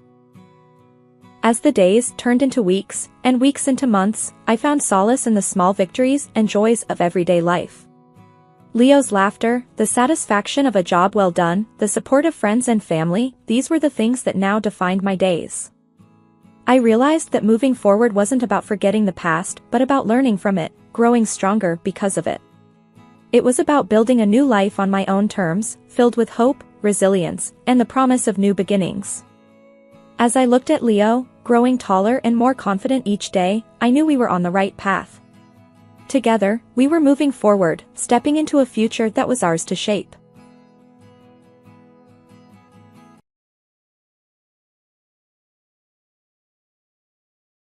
I'm Ava, a 29-year-old stay-at-home mom living in a cozy house I inherited from my grandma. It's not just any house, it's a piece of my childhood filled with memories of baking cookies with grandma and playing hide and seek in its spacious rooms. Now, it's home to my own little family. My husband, Mark, a hardworking manager, and our 2-year-old sunshine Lily. Life sounds picture perfect, right? Well, it's not. The problem starts right next door, where Mark's parents, Helen and Frank, live. Our relationship, Let's just say it's like mixing oil and water. Mommy, more juice! Lily's voice cuts through my thoughts. I pour her some juice, glancing at the clock. Almost 5 p.m. Time for the daily invasion. As if on cue, the door swings open. Ava, we're here! What's for dinner? Helen announces, with Frank shuffling in behind her. Hi, Helen. Frank? I've made a casserole, but it's just enough for Mark, Lily, and me, I reply, trying to keep my voice steady. Frank frowns. What do you mean, just enough? You know we come over for dinner? Helen chimes in, her tone sharp. You're at home all day, Ava. Is it too much to ask for a decent meal? I take a deep breath, feeling the frustration bubble up. I have my hands full with Lily, and cooking for 4 is a bit much every day. Mark walks in, tired from work. What's going on here? Your wife doesn't want to cook for us, Frank says, his voice raising. Mark looks at me, then at his parents, and sighs. Can't you just make a bit more, Ava? My frustration peaks. It's not about the amount, Mark. It's about respect and boundaries. Helen scoffs. Boundaries. We're family. Lily, sensing the tension, tugs at my dress. Mommy, I'm hungry. I kneel to her level. Let's get you seated, sweetie. Dinner is a tense affair. Mark's parents eat the sandwiches they brought, throwing disapproving glances my way. The TV blares in the background. Lily's fidgeting in her chair, and I'm trying not to crumble under the weight of this daily chaos. After they leave, Mark sits on the sofa, absorbed in his phone. We need to talk about this, I say, standing in front of him. He doesn't look up. Not now, Ava. I'm tired. And just like that, I'm left alone in the kitchen, cleaning up the mess, both literally and metaphorically. This is my life, a constant battle of wills, with me on one side and the world on the other. Life has a funny way of testing you, and mine's turning into a daily pop quiz with no right answers. I'm Ava, still juggling motherhood, a marriage that's running on autopilot, and in-laws who've mistaken my home for a free-for-all diner. It's another morning in our house, and I've made a decision. Today, I'm cooking only for 3, me, Mark, and our little Lily. Let's see how this goes. Lily's in her high chair, happily smearing oatmeal on her face when Helen and Frank barge in, just like clockwork. Morning, Ava. What's for breakfast? Helen asks, a bit too cheerily. I take a deep breath. Morning. I've only made enough for Lily and me today. Frank's face turns red. What do you mean? Are we supposed to starve? No, you're supposed to take care of your meals, I reply, trying to keep my voice calm. Helen's eyes narrow. This is ridiculous, Ava. We are family. You can't just... I cut her off. I can, and I did. I have enough on my plate with Lily and the house. Mark comes in, rubbing his eyes. Why's everyone shouting so early? Your wife refuses to cook for us, Frank's voice booms. Mark looks at me, then at his parents, and says, Ava, why are you making things difficult? Difficult? I almost laugh. Mark, I'm not a 24/7 restaurant. I need help, not more mouths to feed. Mark doesn't say anything, just grabs a piece of toast and leaves for work. The day drags on. I can feel the tension thickening in the air. Dinner time rolls around, and I've stuck to my guns. Dinner for 3. Helen and Frank show up, each holding a sandwich. They sit down, unwrapping their food with exaggerated slowness. The TV's volume goes up, and up, until it's like we're at a rock concert.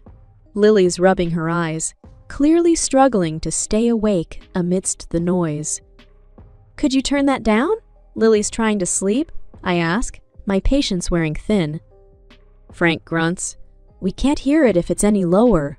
Helen adds, You shouldn't be so uptight, Ava. It's just TV. It's not just TV. It's my home turning into a battleground, and I'm losing. Lily starts to cry, and I scoop her up, escaping to the quiet of her room.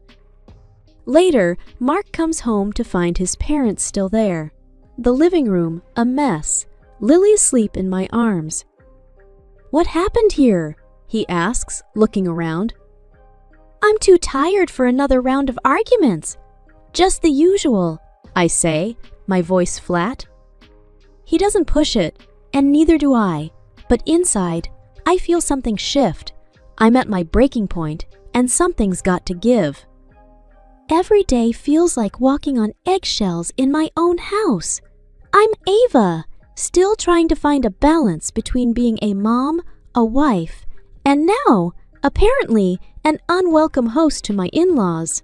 But today, it's not the in-laws that shake my world, it's Mark. It's late evening. Lily's finally asleep after what felt like hours of soothing. I'm clearing up the toys when Mark walks in, looking like he's carrying the weight of the world on his shoulders. "Ava, we need to talk," he says, avoiding eye contact. I sit down, bracing myself. "What is it, Mark?" He takes a deep breath. "I made a mistake with our finances. I invested in something and it didn't pan out." I feel a chill run down my spine. "What do you mean? How bad is it?"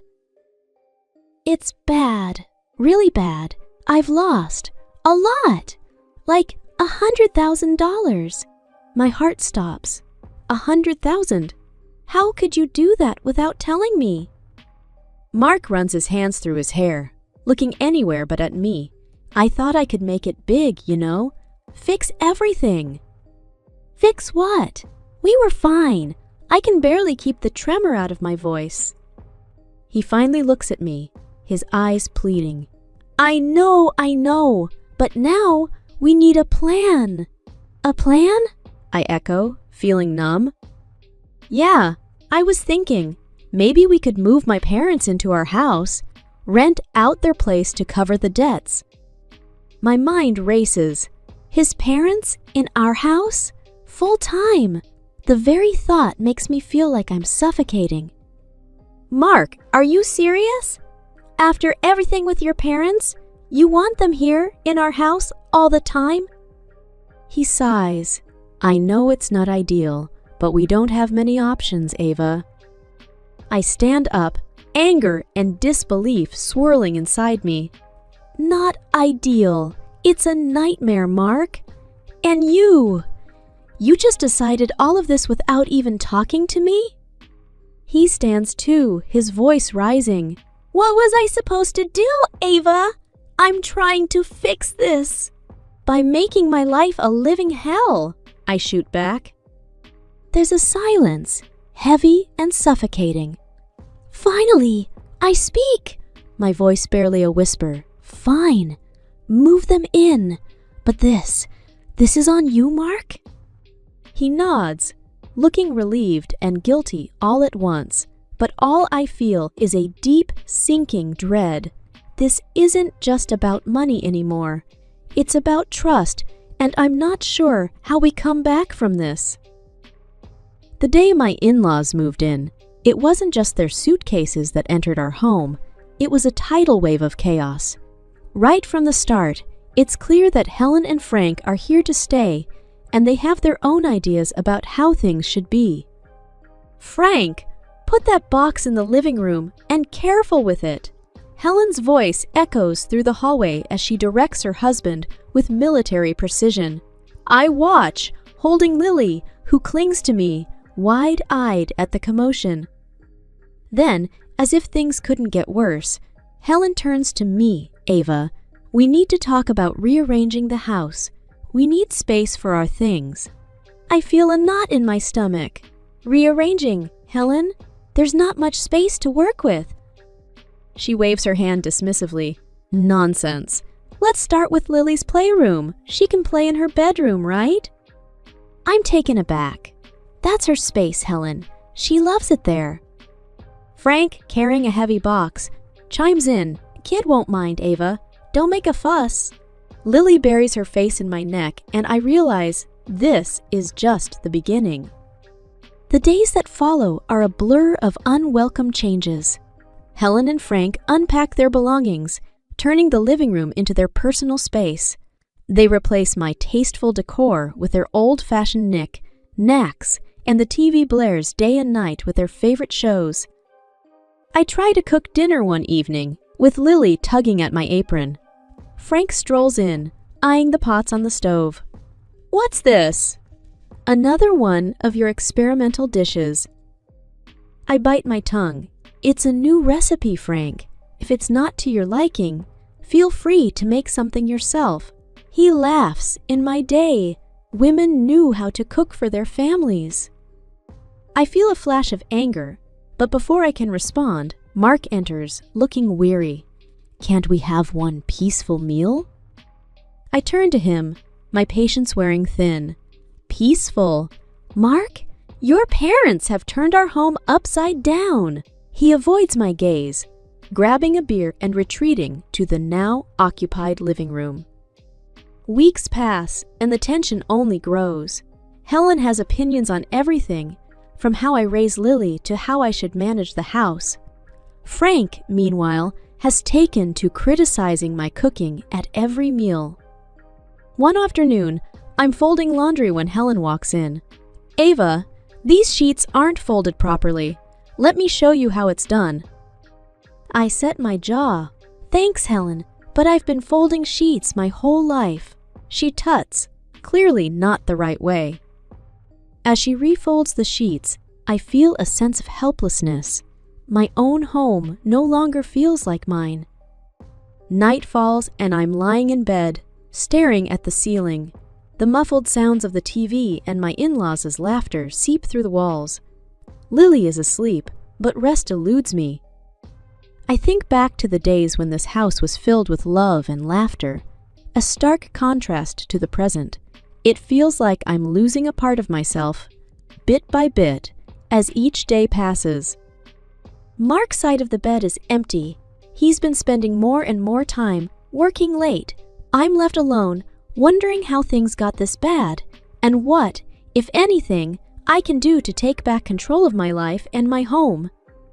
In a house that once felt like mine, I'm Ava, now a spectator in my own life. With my in-laws' takeover and Mark's growing distance, I'm left grappling with suspicions that refuse to settle.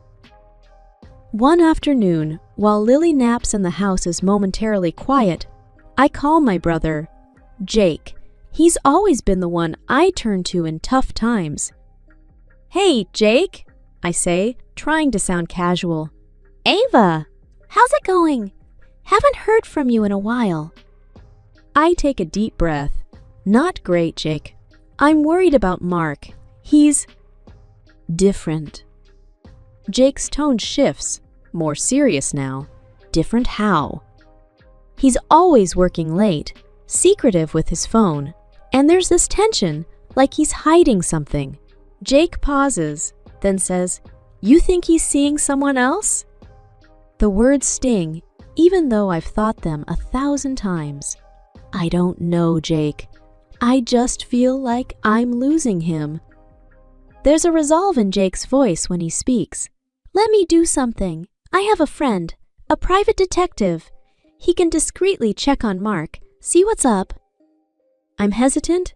A detective? Isn't that a bit much? "Ava, if something's wrong, you need to know. For you and Lily." I sigh, a mix of relief and fear. "Okay, do it. But, Jake, keep it quiet. I don't want to stir up more trouble if it's nothing." "You got it. I'll take care of it," he assures me. Days pass, and each of Mark's late nights and hushed phone calls add to my growing unease. Then, one evening, Jake calls. "Ava, I have some news. Can you meet me tomorrow? Just you?" My heart sinks. Yes, I can make it. The next day, I sit across from Jake in a quiet cafe, the air thick with anticipation. So, what did you find out? I ask, my voice barely above a whisper. Jake hesitates, then hands me an envelope. Ava, it's not good. I open it to find photos and reports. There's Mark with a woman I don't recognize and a child. My world spins. He has a child? Jake nods solemnly. I'm sorry, Ava. The detective confirmed it. Mark's been living a double life. Tears blur my vision. How could he do this? To me? To Lily? Jake reaches across the table, his hand on mine. You're stronger than you know, Ava. We'll figure this out together. I nod, wiping away tears. I need to confront him, Jake. He has to explain this. Be careful, Ava. You don't know how he'll react. I have to know, Jake. I have to know why. Armed with the truth, but shattered inside, I head home. A confrontation is inevitable, and I need to brace myself for the storm that's about to hit. It's the evening of the dinner, and I'm Ava, preparing a meal that I know even my critical mother-in-law can't find fault with. The house is buzzing with a tense energy as I await the arrival of my brother, Jake. Tonight is about more than a family dinner. It's about unveiling a painful truth.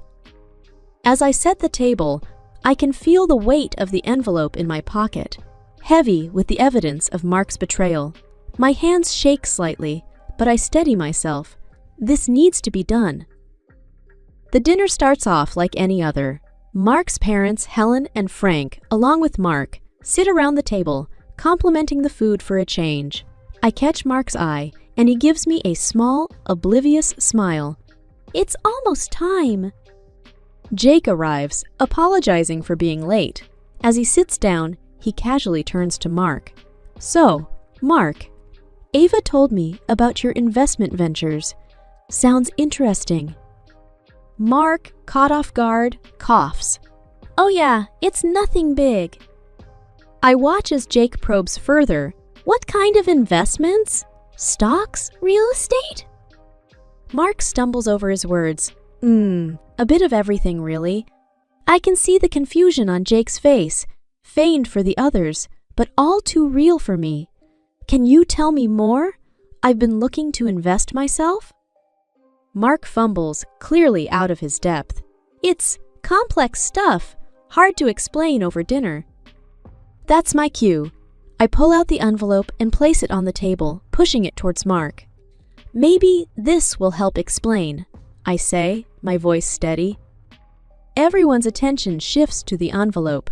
Mark opens it, his face draining of color as he sees the photos, him with another woman and a child.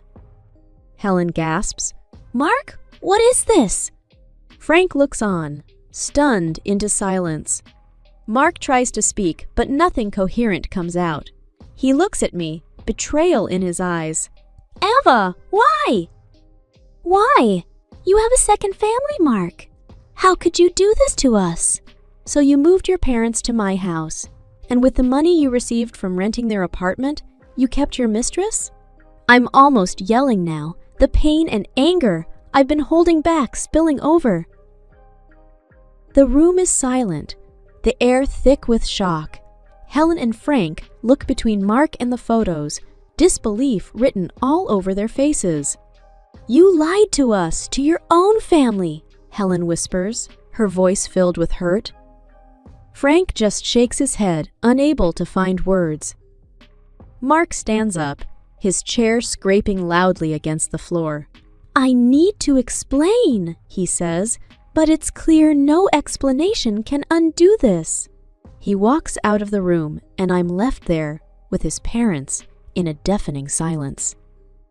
The air in the house is thick with tension the morning after the revelation. I'm Ava, still reeling from the shock, but ready to face the consequences. Helen and Frank, Mark's parents, confront me in the kitchen, their faces twisted with anger. Helen's voice is sharp as a knife. You! This is your doing! You drove our son to this! I stare at her, disbelief and anger mixing in my gut. Me? Your son lied to all of us, Helen? Frank chimes in, his voice just as accusing. He was always a good boy until he married you. You must have pushed him away. My hands tremble with fury. I pushed him away. I cared for our family while he... Helen cuts me off. Oh, save it. You probably had men on the side too. That's why he did what he did. I've had enough. How dare you? I yell. I've been nothing but loyal and supportive, and you blame me for your son's betrayal? Frank steps closer, his face red. Our son would never have done this if it weren't for you. I take a step back, my heart pounding. You know what? I don't need to listen to this. This is my house, and I want you out. Now... Helen scoffs. You can't kick us out. This is our son's house, too. I stand my ground, firm and unwavering. No, Helen. This house was my grandmother's, and now it's mine. You have no right to be here after what you've said. Frank looks like he wants to argue, but Helen grabs his arm. Let's go, Frank. We don't need to stay where we're not wanted. As they pack their things, I feel a mix of relief and sadness. Once they're gone, I lock the door behind them, the click of the lock echoing in the empty house. Alone in the silence, I let out a breath I didn't know I was holding. I look around the house, my house, and for the first time in a long while, I see a future where Lily and I can be free from lies and betrayal. I pick up the phone to call a locksmith. It's time to change the locks, to change our lives. The house feels different today, like a new chapter has just begun. I'm Ava, standing in my once troubled living room, now a space of peace and possibility. The legal battle is over, and the court's decision still echoes in my mind. I recall my lawyer's words from yesterday. The court has granted you substantial alimony and compensation for Mark's deceit and infidelity. He'll be paying for quite some time. I had felt a mix of relief and vindication hearing that. It wasn't about the money. It was about accountability. Lily, oblivious to the complexities of the adult world, plays on the floor. Her laughter is a balm to my soul. I watch her, thinking about our future. The phone rings, snapping me back to the present. It's Jake, checking in.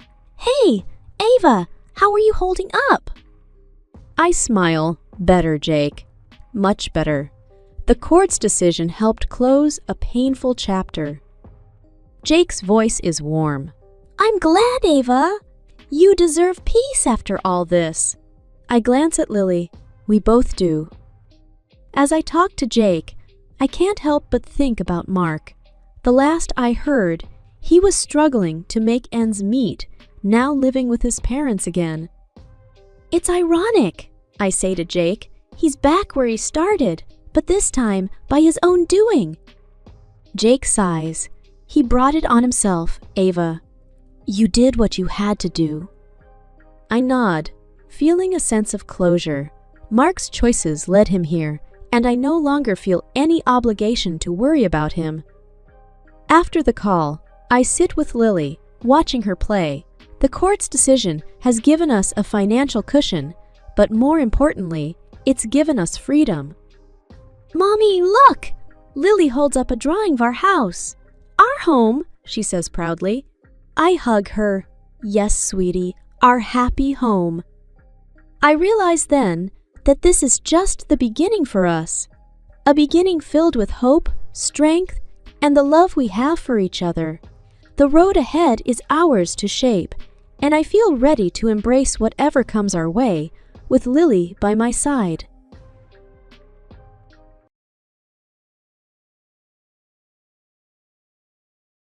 My name is Lena. I'm sitting here, my laptop open, the cursor blinking on a blank page. I'm a writer, known for thrillers that keep readers up at night. But today, I'm not writing fiction. I'm writing about me, about where I come from. It's not a pretty story, but it's mine. My mom, Claire Valmont, was a big deal in the TV world. Beautiful, charming, the kind of woman who lit up a room. I remember watching her on TV, admiring how everyone seemed to love her. But that was just one side of her. When I was a kid, I never really understood why I had to live so differently. Born with a hair lip, I had surgery as a baby. But to Mom, I was a mistake, something to hide. "We can't let people see you like this," she'd say, her voice cold, as she adjusted the medical mask on my face. "You understand, right? It's for your own good."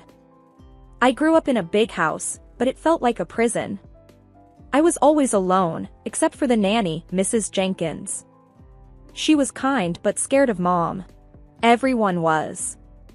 One day, I heard Mom talking on the phone. "Yes, she's always sick. Poor thing. It's a severe immune disease," she lied so effortlessly.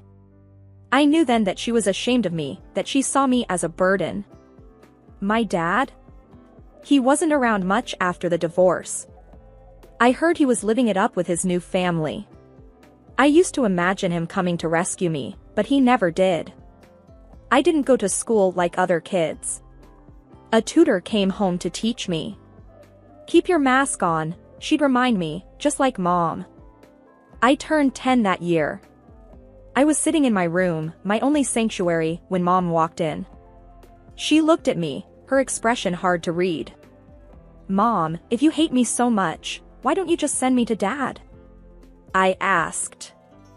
I needed to know, even if it hurt. She laughed, a harsh, cold sound. "And let the world think I abandoned my sick child? No, we can't have that. Better they think I'm a saint, caring for her ailing daughter." That night, I cried myself to sleep.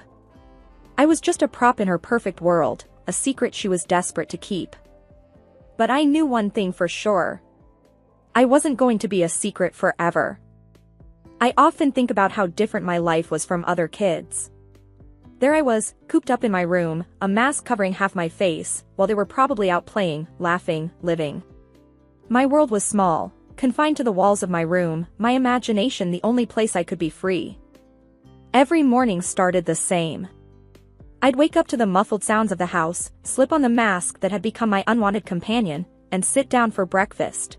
Mrs. Jenkins, our housekeeper and my nanny, would bring it in, her face always wearing a smile that didn't quite reach her eyes. "Good morning, dear," she'd say, setting down my tray. "Your mother left early for a shoot. She said to remind you to keep your mask on." I nodded, used to the routine. It was always like this. Mom was either absent, busy with her glamorous life, or when she was home, I was just a problem she had to deal with. Some days, I'd try to talk to Mrs. Jenkins to get some glimpse of the outside world. "What's it like out there, Mrs. Jenkins? Are the flowers blooming?" She'd pause, a sigh escaping her. "Yes, the garden is lovely. I wish you could see it." But wishes were useless in my world. As I grew older, the isolation ate at me. I watched TV, saw other kids my age doing normal things, and it burned. I wanted that.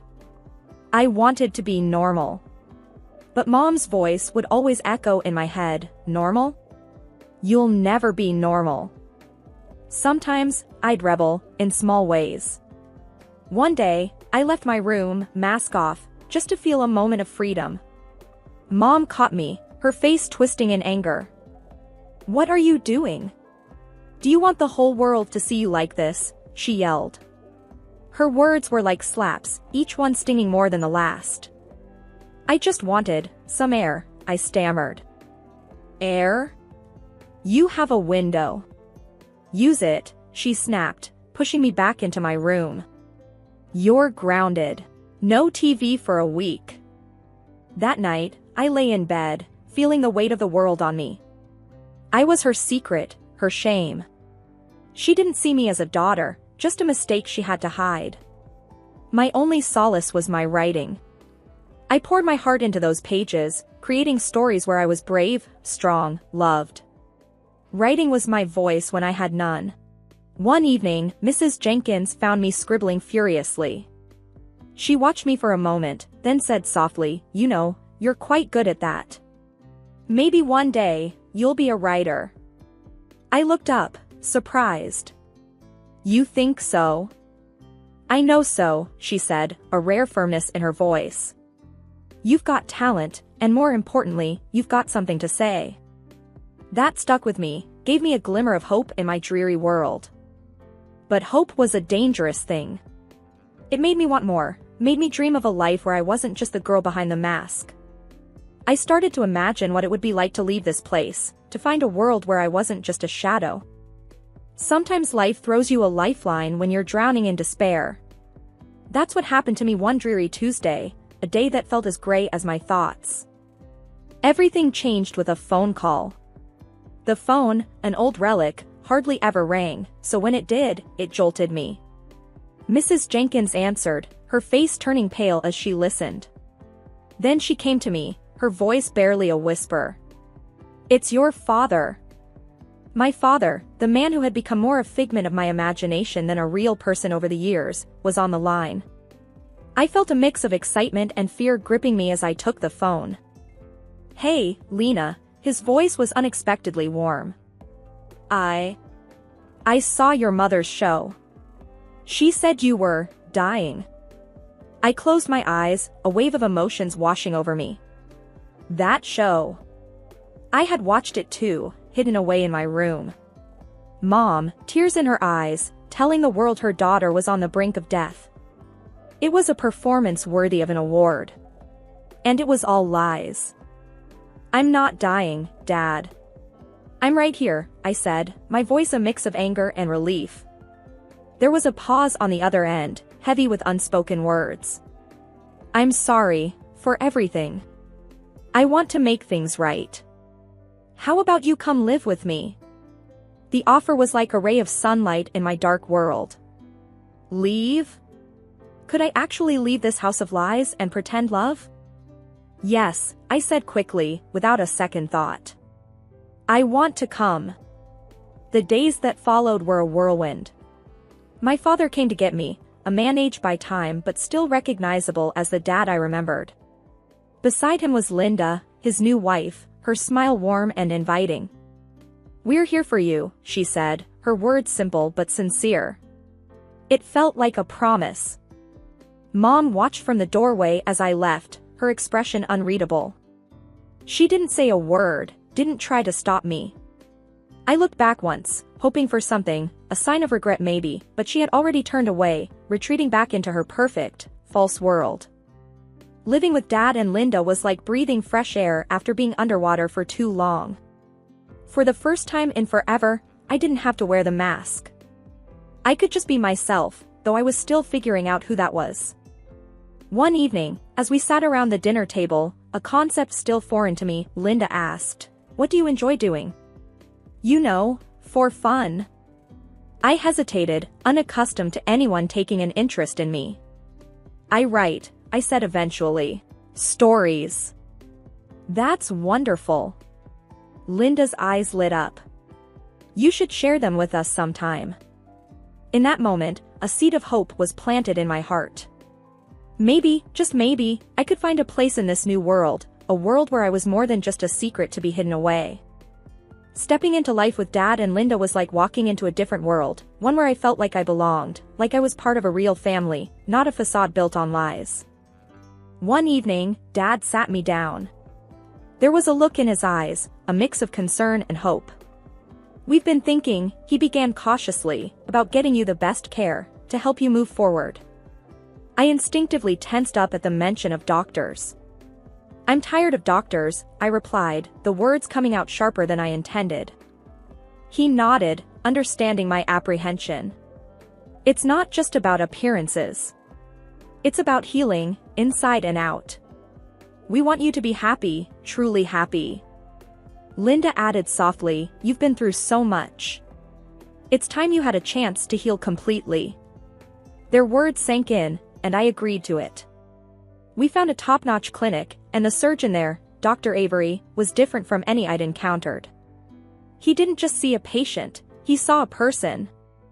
The day before the surgery, he said to me, "Remember, this isn't about changing who you are. It's about helping you see yourself in a new light." The surgery was more successful than I could have hoped. For the first time, when I looked in the mirror, I didn't feel disgust. I saw a reflection that surprised me. I even bore a resemblance to my mother, her beauty that I never thought I could share. But it wasn't just about the physical change. The real journey was the therapy that followed with Dr. Klein. It was about untangling the web of emotions and scars inside me. In one session, I found myself breaking down. "I'm just so angry," I confessed, tears streaming down my face. Angry at my mom, at the world, at myself. Dr. Klein handed me a tissue, her gaze steady. "It's okay to feel angry. But remember, you also have the power to let go of that anger, in your own time." It was a long, tough climb, but slowly, I started to feel a shift inside me.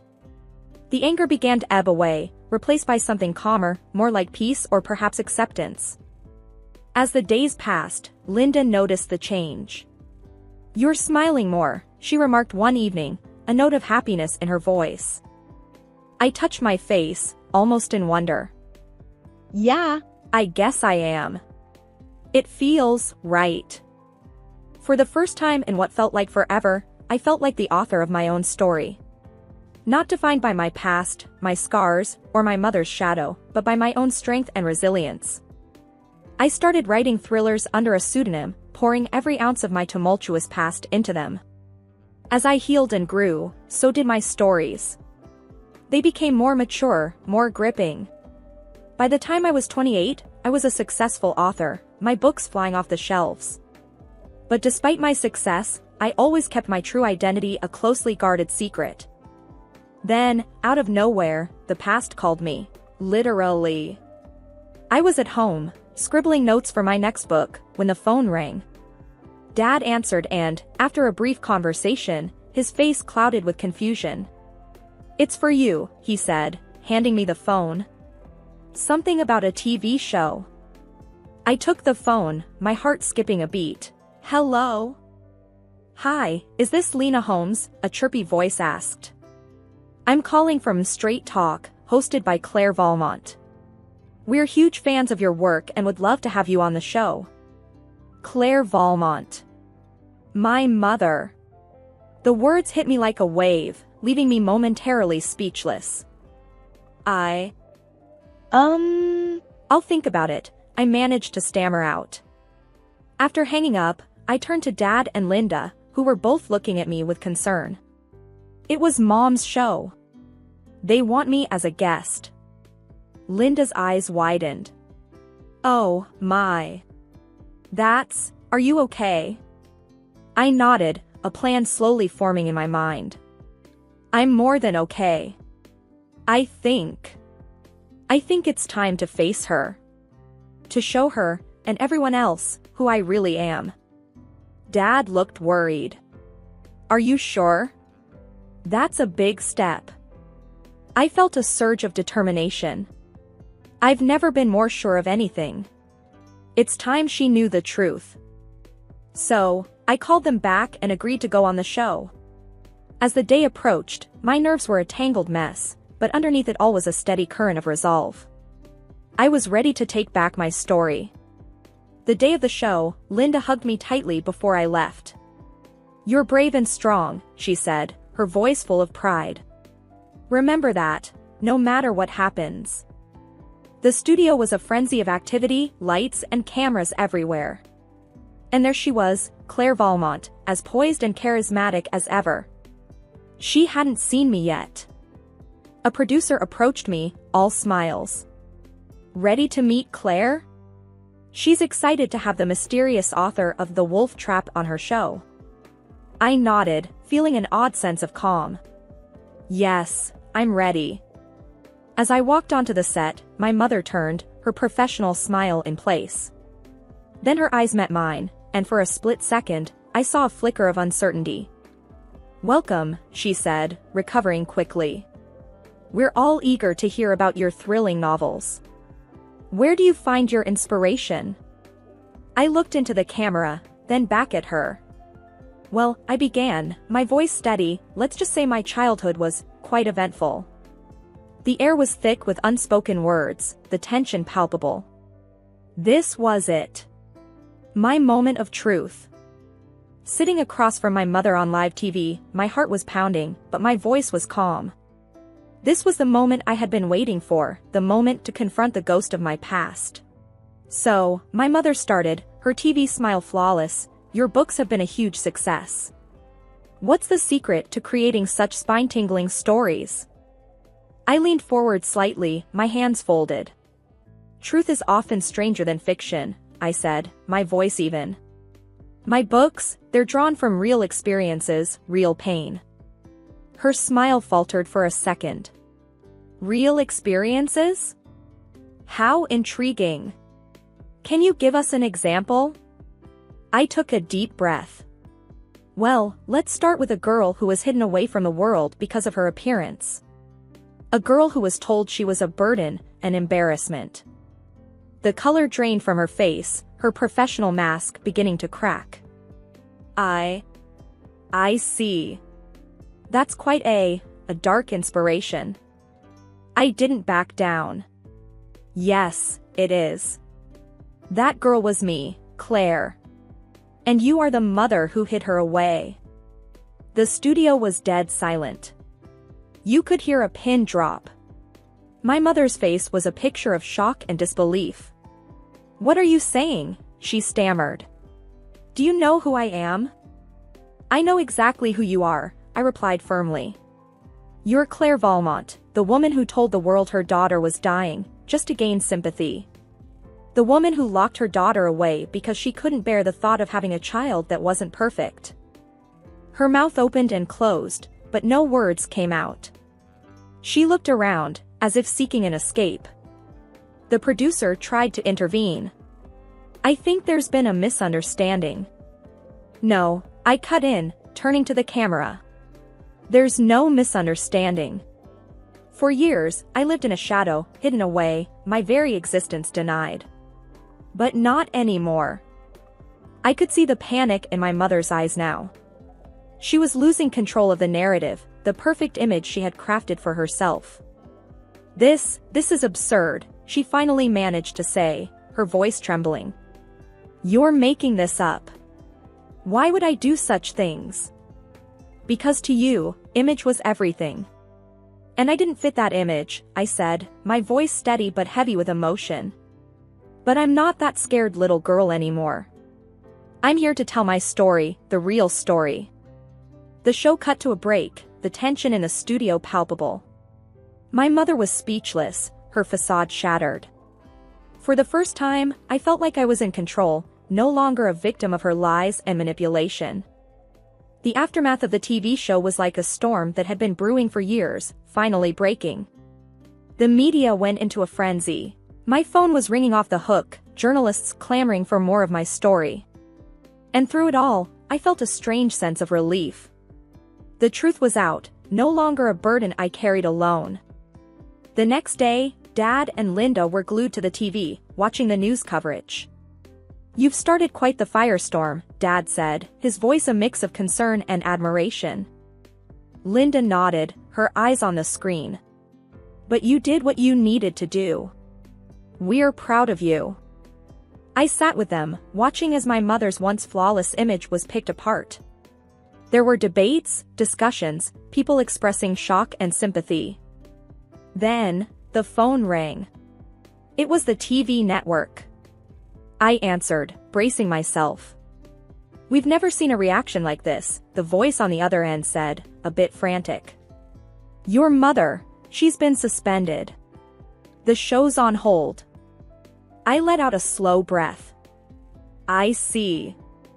After hanging up, I turned to Dad and Linda.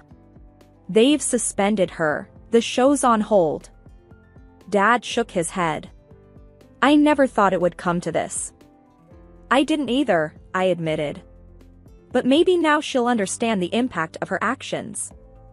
The days that followed were a whirlwind. My story was everywhere.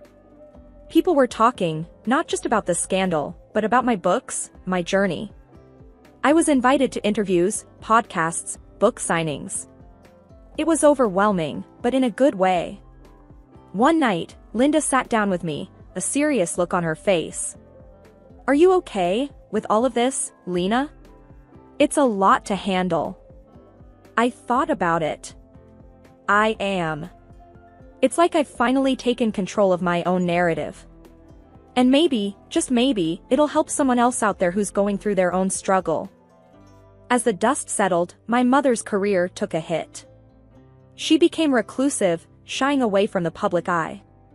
It wasn't my intention to ruin her, but I couldn't help but feel a sense of justice. Dad hugged me one evening, a bit of sadness in his eyes. "You did what you had to do. And we're here for you, no matter what." "Yeah," I said, feeling a sense of closure. It's time to move forward, to keep writing my story, but on my own terms. After the whirlwind of the confrontation and its fallout, life started to settle into a new kind of normal. I was busier than ever, with book signings and interviews, but there was a sense of peace within me that I had never felt before. I was no longer hiding, no longer a secret. One evening, I was sitting on the porch with Dad and Linda, the sun setting in a blaze of colors. Dad broke the silence. "You know, Lena, I never imagined things turning out this way. But I'm glad they did. You've come so far." Linda nodded, taking my hand. "You're an inspiration, not just to us, but to so many out there." I smiled, feeling a warm glow in my heart. "Thanks. It feels good to finally be myself, to not be afraid of the truth." We talked about the future, about my next book. I was already working on it, pouring my newfound sense of self into the pages. It was more than just a thriller, it was a story of triumph, of overcoming the odds. The next day, I met with my editor, a no-nonsense woman who had always believed in me. "Your story, it's powerful," she said, her eyes scanning the manuscript. "It's going to resonate with a lot of people." I felt a surge of pride. I hope so. It's the most honest thing I've ever written. As the days passed, I found a new rhythm, a balance between my public persona and my personal life. I was still writing, still sharing my story, but I also took time for myself, for Dad and Linda, for the life we had built together. One afternoon, I sat down to write in my journal, a habit I had maintained since I was a child. It was a moment of reflection, of looking back and looking forward. I wrote about the journey, about the pain and the triumph, about the love and support I had found. I closed the journal, feeling a sense of contentment. My past was a part of me, but it didn't define me. I was more than the girl in the mask, more than the daughter of Claire Valmont. I was a writer, a survivor, a woman who had found her voice. As I looked out the window, I realized that this was just the beginning. There were more stories to tell, more chapters to write in my life. And I was ready for whatever came next.